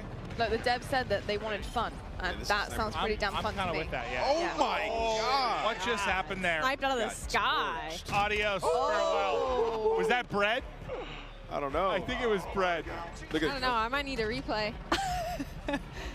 Oh, we got a demon lobby. I saw Biffle in here. Jack's getting popped. I saw Miles actually getting pretty diffy in a lobby against Biffle. Okay. He was top of the leaderboard. That's who we needed to 1-v1 Biffle from the I actually think it's a Miles. Oh, there's the Biffle, pizza. yeah. That looks glorious. Of course, Jack takes a full break. Oh, my mouth is literally watering just thinking about pizza. Go ask Jack for some. I could eat it every meal, I'll be honest with you. I really could. Oh, he's bringing the sniper out? Yeah, he switched to his own. He was like, you know what? Let's do it. If you can't beat him, join him. I want to know who's winning right now. Unfortunately, like I think it's Cam. Is, oh, they are winning there. I can see just the top, the 45, 49 winning. There we go. I need a loser's point of view now to see the score. I have not used this gun yet. This looks like a Okay. sniper. Oh, I'm confused. Is somebody actually driving that? I thought it was like a I thought it was a spawn chopper. I don't know, but Courage was trying Hello, to find No out. Jay. How we doing, sir? Looking very dapper. This is cool. Selecting spawns is just sick. I'm not going to get used to that for a I while. just like the you know, in older games, you know, you pick your spawn, Yeah. you sort of appear there, but now like the, whatever you call it, like the thing. The animation, what do you call it? Like, no, how it like takes you. It takes like the flies. zoom, it's like the zoom in, isn't it? Yeah, there's a word for it there that I'm not finding, but like I the know. zoom into Transition like your into spawn. it. Transition, there we go. That's probably what I was looking for. But I like that a lot. Thank you, Lottie, for saving my You're brain. very It was welcome. struggling because it needs pizza. Mine struggles on the reg. Yeah, yeah. So don't worry.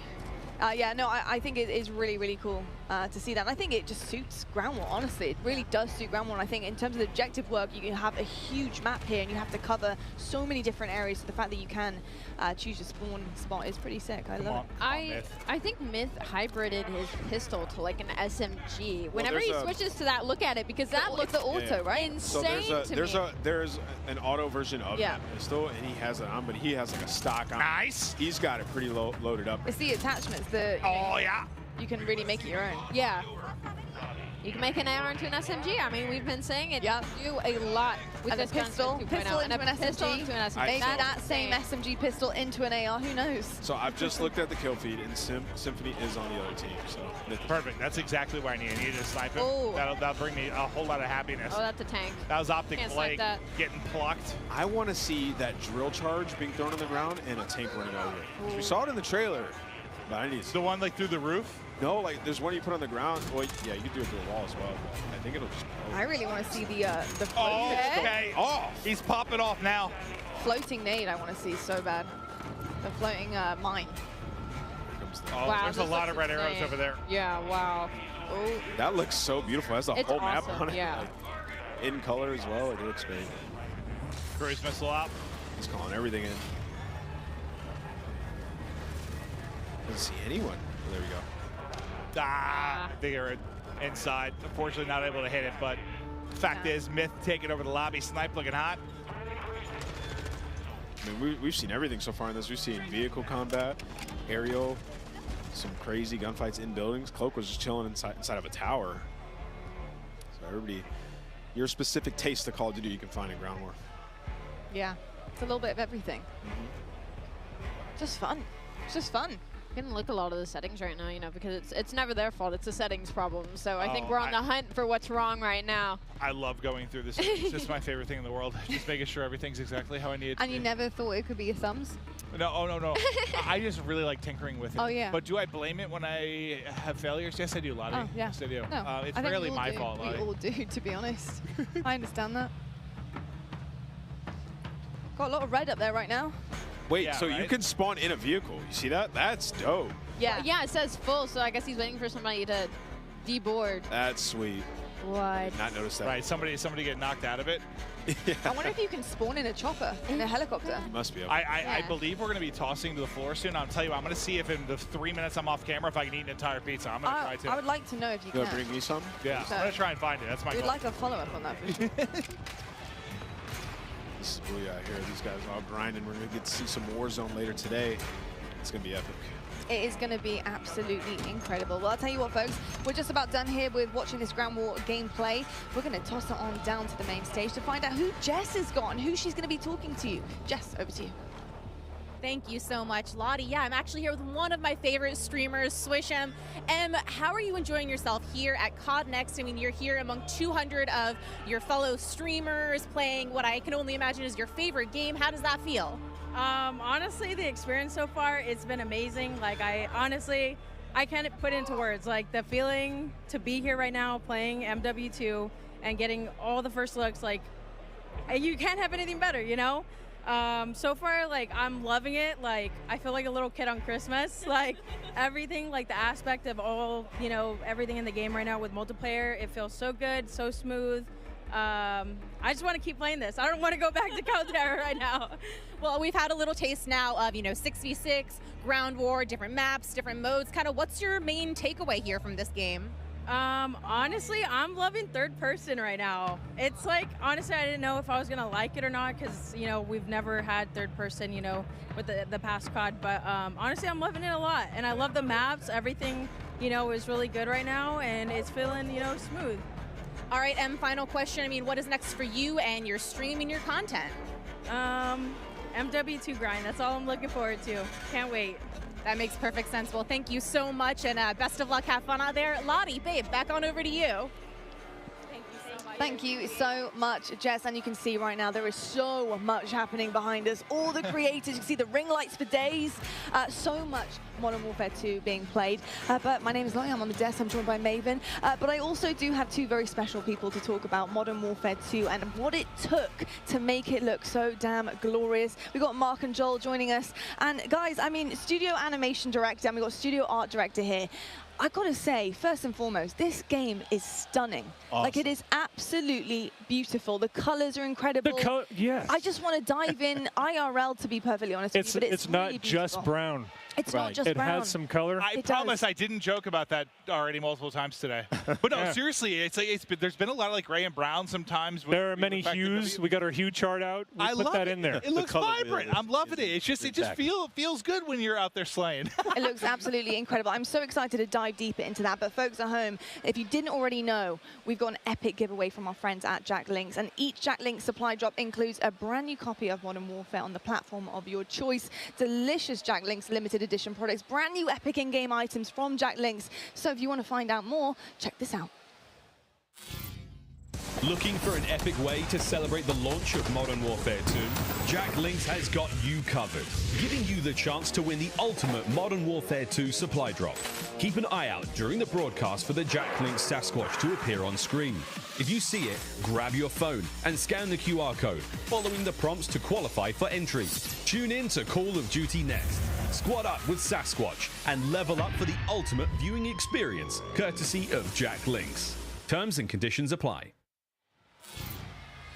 All right, folks, keep your eyes peeled to spot the Sasquatch on the screen throughout the show. Scan that QR code and enter all your information for a chance to win. And trust me, you certainly want to. But back to it, though. Of course, Modern Warfare 2 is where we're I'd at. be good as a Sasquatch, though, right? It's hard to mocap Sasquatch. To be honest, people might honestly get that confused with you. Yeah, there is that problem. I'd be really good as that. There is that problem. Anyway, but I'm so sorry to You can derail throw the there. razors out. You don't need to worry about it.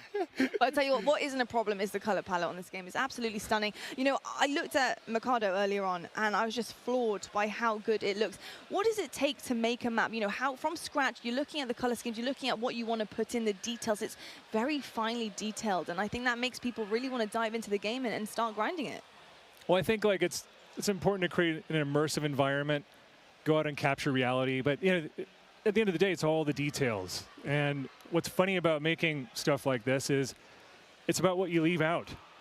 You know, the real world isn't completely cluttered all the time. It's very, you know, kind of understated and things like that. So kind of holding people back sometimes because they want to keep going, and you know, especially in a game space, you know, that's important to pay attention. And then AI, putting AI in there and having a living world. I mean, that's just insane. The AI part is something that blows my mind, and I think it really brings such an incredible aspect of that realism, you know, that realistic effect that you guys are trying to achieve here in Modern Warfare 2 and in COD games in general. What does it take to make that happen? Oh my.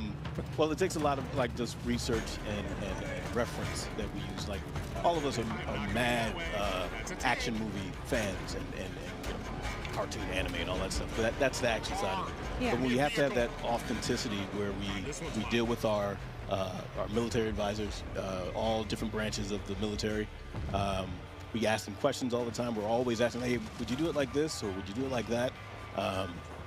Most of the time they'll say, yeah, nah, I wouldn't do it like that. That's Hollywood. You know? but they know that it's an entertainment product, so they definitely are in it to win it. Always giving us the advice that we need, plus the extra pointers in here and there.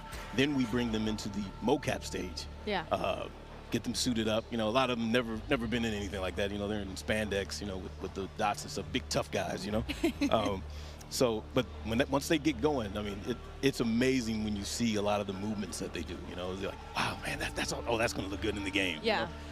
So yeah, it's just a lot of like effort and magic that goes into it. Mark and I go back on this all the time. It's what you're looking for also in the performance is the human mistakes. Yeah. When people get scared, when AI gets scared, how do they react? When a soldier, like sometimes all these consultants do things perfectly. Right. Right. And they rehearse it. It's muscle memory. But you want those moments where they're making mistakes and they don't do it perfectly. Imperfections. Human, yeah. Well, I feel like the hard part, at least from the outside looking in, is just like finding that fine line between realism and fun. Because I play games, and I'm not going to call it any other games, but like they try to have like sometimes like a realistic weighted movement to it that to me is just not as fun. Like I want more arcadey sometimes because that's just we're playing a game at the end of the day. It's a fine line. It's got to be very tricky. You can't go too overboard and WrestleMania or anything like that, and you can't go too I don't know.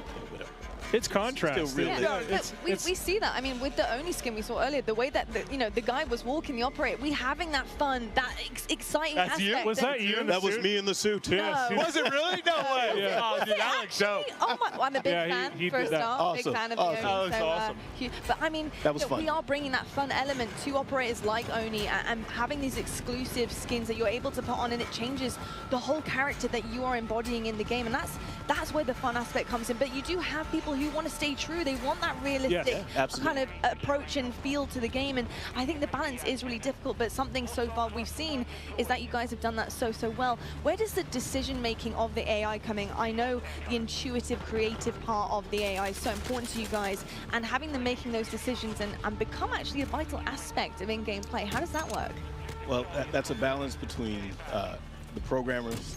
The animators, we want them to do everything. So we just have them running around, but then they're cooking a meal. The design, Jeff and Joe were like, we don't need it like that. Can you guys switch it this way? So there's a lot of balance between design, code, and animation. The art. How many times do we go back and forth on silhouettes and because you want the AI to like be identifiable. Right. In that when you mix it up, you need to get that it's stuff. a little difficult, but it's a balance between that triad of design, code, and animation where we have our vision in our head and we just have to come together and compromise. Well, how much?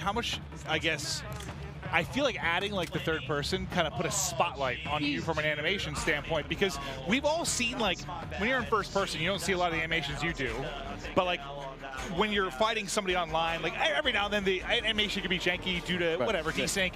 You're playing on the internet. But like when you have like the 3P, like it is a spotlight directly on the animations of the character. The animation department and programming went to town. They had to, right? And it's so awesome to see it. Like our animation director at the studio, Bruce Ferris, I was just talking to him today about it. But it's really awesome. So I was just sitting down here on the floor watching it a few minutes ago. I was like, wow. Man, it looks so good. That's what I was thinking. Vehicle mounting and all the stuff that goes on with that. The way that you mantle on things. You've got a nice system where the feet are falling on the terrain the proper way, on staircases and things. It's I don't know. It's just awesome to see. It makes the characters look great. When you see someone else doing it, that makes you feel even more badass. There's a power fantasy seeing it happen. That's all I could think about in the 3P part was like the character animations. They look so. They knocked it out of the park. It's awesome. They really do. I got to ask you just like, a personal nerdy question for me, but I love finishing moves. I think they're so sick. How does that get created? You know, what's the magic behind finishing moves? Are they actually played out live? Do you guys have to do it? We do. Like, oh, we do. wow, So cool. we don't do them ourselves. It wasn't me in the suit.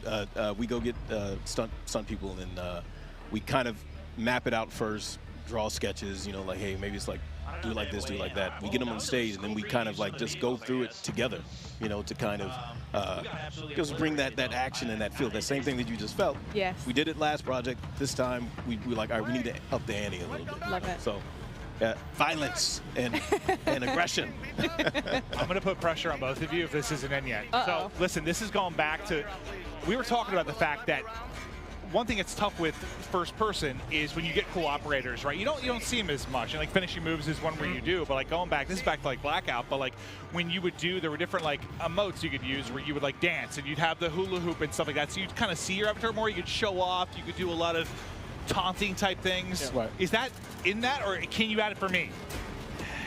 I feel like we get that out with a wide, like a big breadth of finishing moves. Yeah. I think that's where you really get to showcase that. Yeah.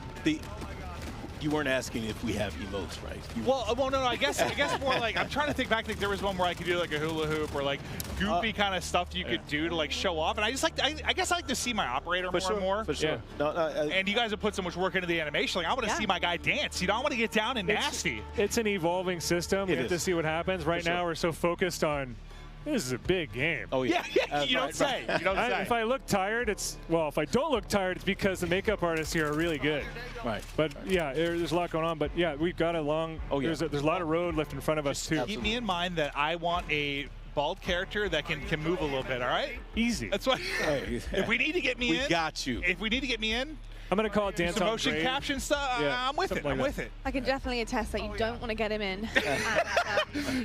and yeah, that could be a little bit of an error there. It could be, hey look, it might be the goofiest one we've seen so far. And I'm kind of down for the goofy part of it. That's for sure. Well, I think that's where you guys get to have some fun too, right? Because with balance. All balance and contrast. It's the balance. It's the balance for I sure. imagine all the realistic stuff talking to the military, but you want to have some fun too. Absolutely. I do. 100%. And we are. Very and we will. Very true. Well, look, it's my job to balance the desk out here, and I've got to talk about something very, very exciting. And Mark, I want to know a little bit more about the shoe surgeon. What have you been cooking up for us here? Hey, shout out to shoe surgeon. We all a lot of us at the organization, we're shoe heads, right? So sneakerheads. But we're really excited to work with a huge name in the sneaker world, which is the shoe surgeon. They made 2 incredible shoes for us, based off of the brand of Modern Warfare. Okay. 2, with look at that. That's wow. So these actually all unique for these 2 shoes. One of them is for the Modern Warfare brand. The other one is for Al Mazrah, the big map. And it's a lot of desert tones. It just is really, really, really awesome. It's iconic greens and all that, you know, inspired by, you know, Al Mazrah and all the materials. These look awesome, and I also think I need to get some tattoos. On the teleprompter. and they both have ghillie snap-ons too. Like you know, some people don't even know. What are those? You can ghillie your yeah. Like you don't know nothing about these. You got to put your ensemble together. Right. I like that. When you go out on the town, put your ghillie suit together, clip them on there, and you're set to go. I love it. I love it. But if you want to be one of the 6 lucky people to win a pair, maybe 5, because you know I might get one.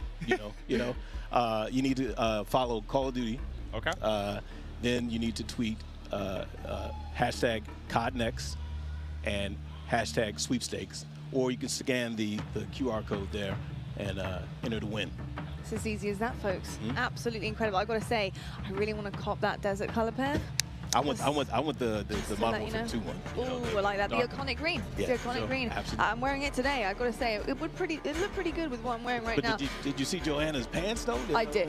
I mean, who didn't? Yeah, I mean, right. icons everywhere I look. Including on the stage, though, it's right now time to toss down to Beef Mummy and see what she's cooking up. Right down there with the content creators. Wow, I'm ready to have another slice of that action here in Warzone Mobile. Did you like that? Yeah, little teasers right here. We're ready for another round of gameplay here. Amazing, amazing, amazing, amazing. Ready for another slice of action? Me too. Me too.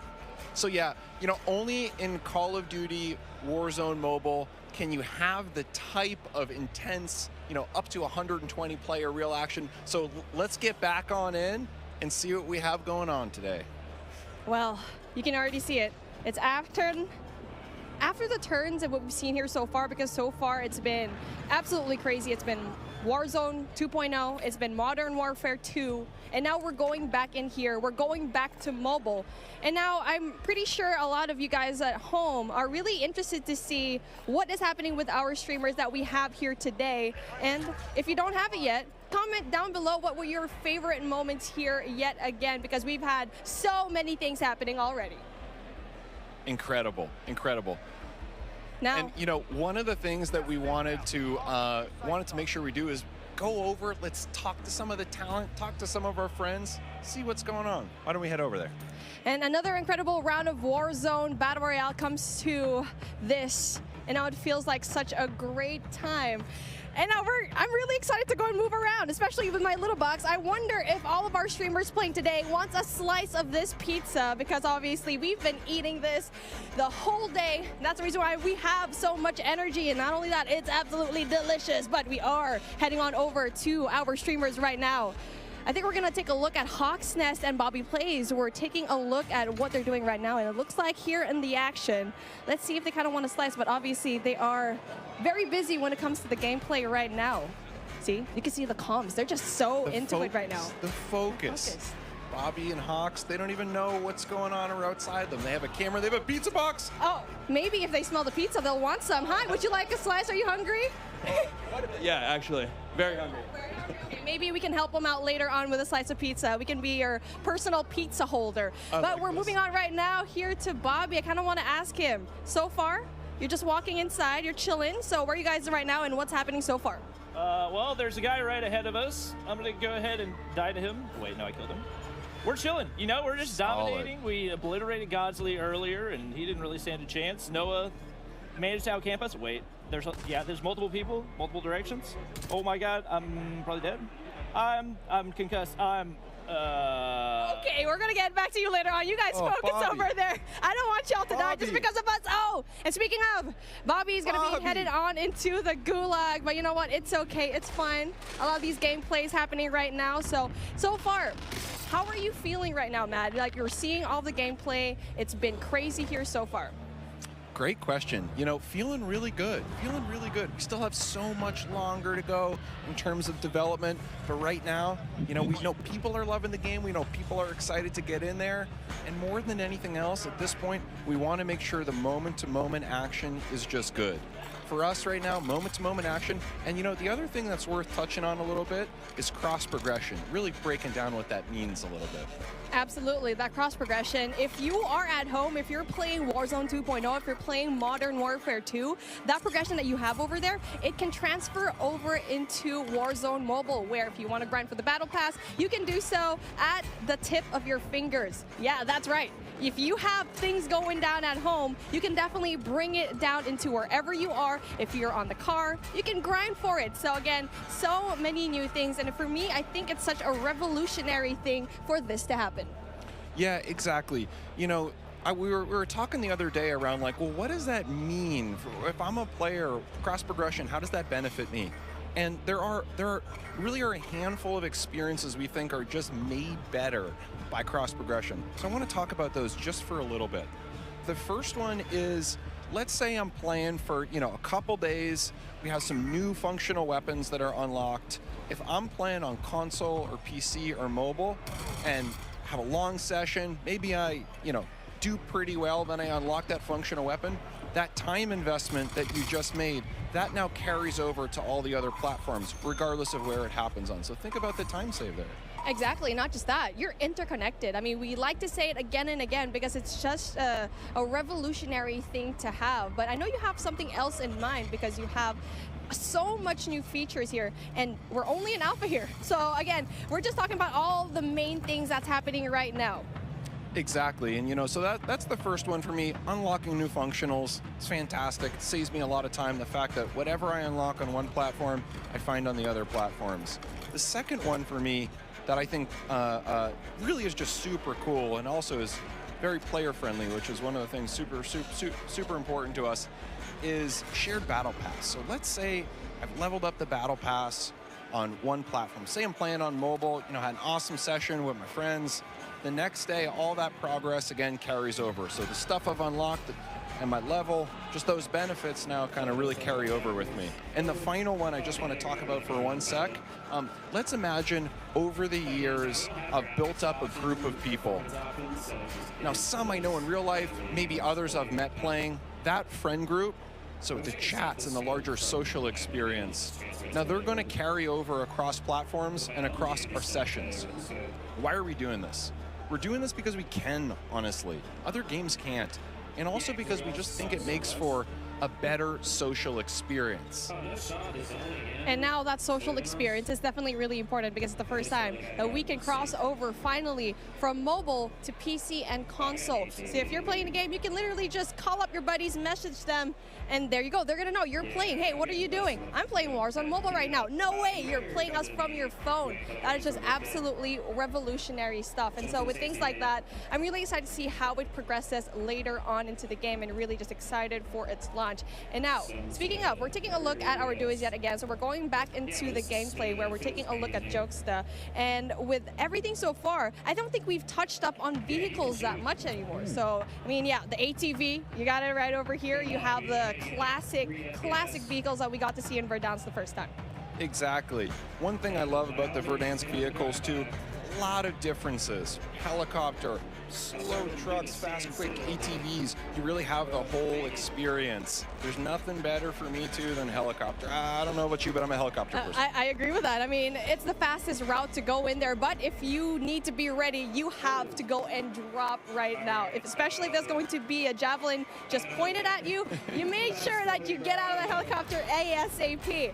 But again, when it comes to finding those vehicles, you need to know the map very well. I mean, you can already definitely look online where to find like the great moments and the great spots. And for me, I feel like that's going to be airport. Around airport, you're going to be having a lot of vehicles right now. And so right now for this particular time, now they're slowing things down just a little bit. We've noticed it. And for me, like, I feel like for this duo, they prefer just going into the outskirts just a little bit.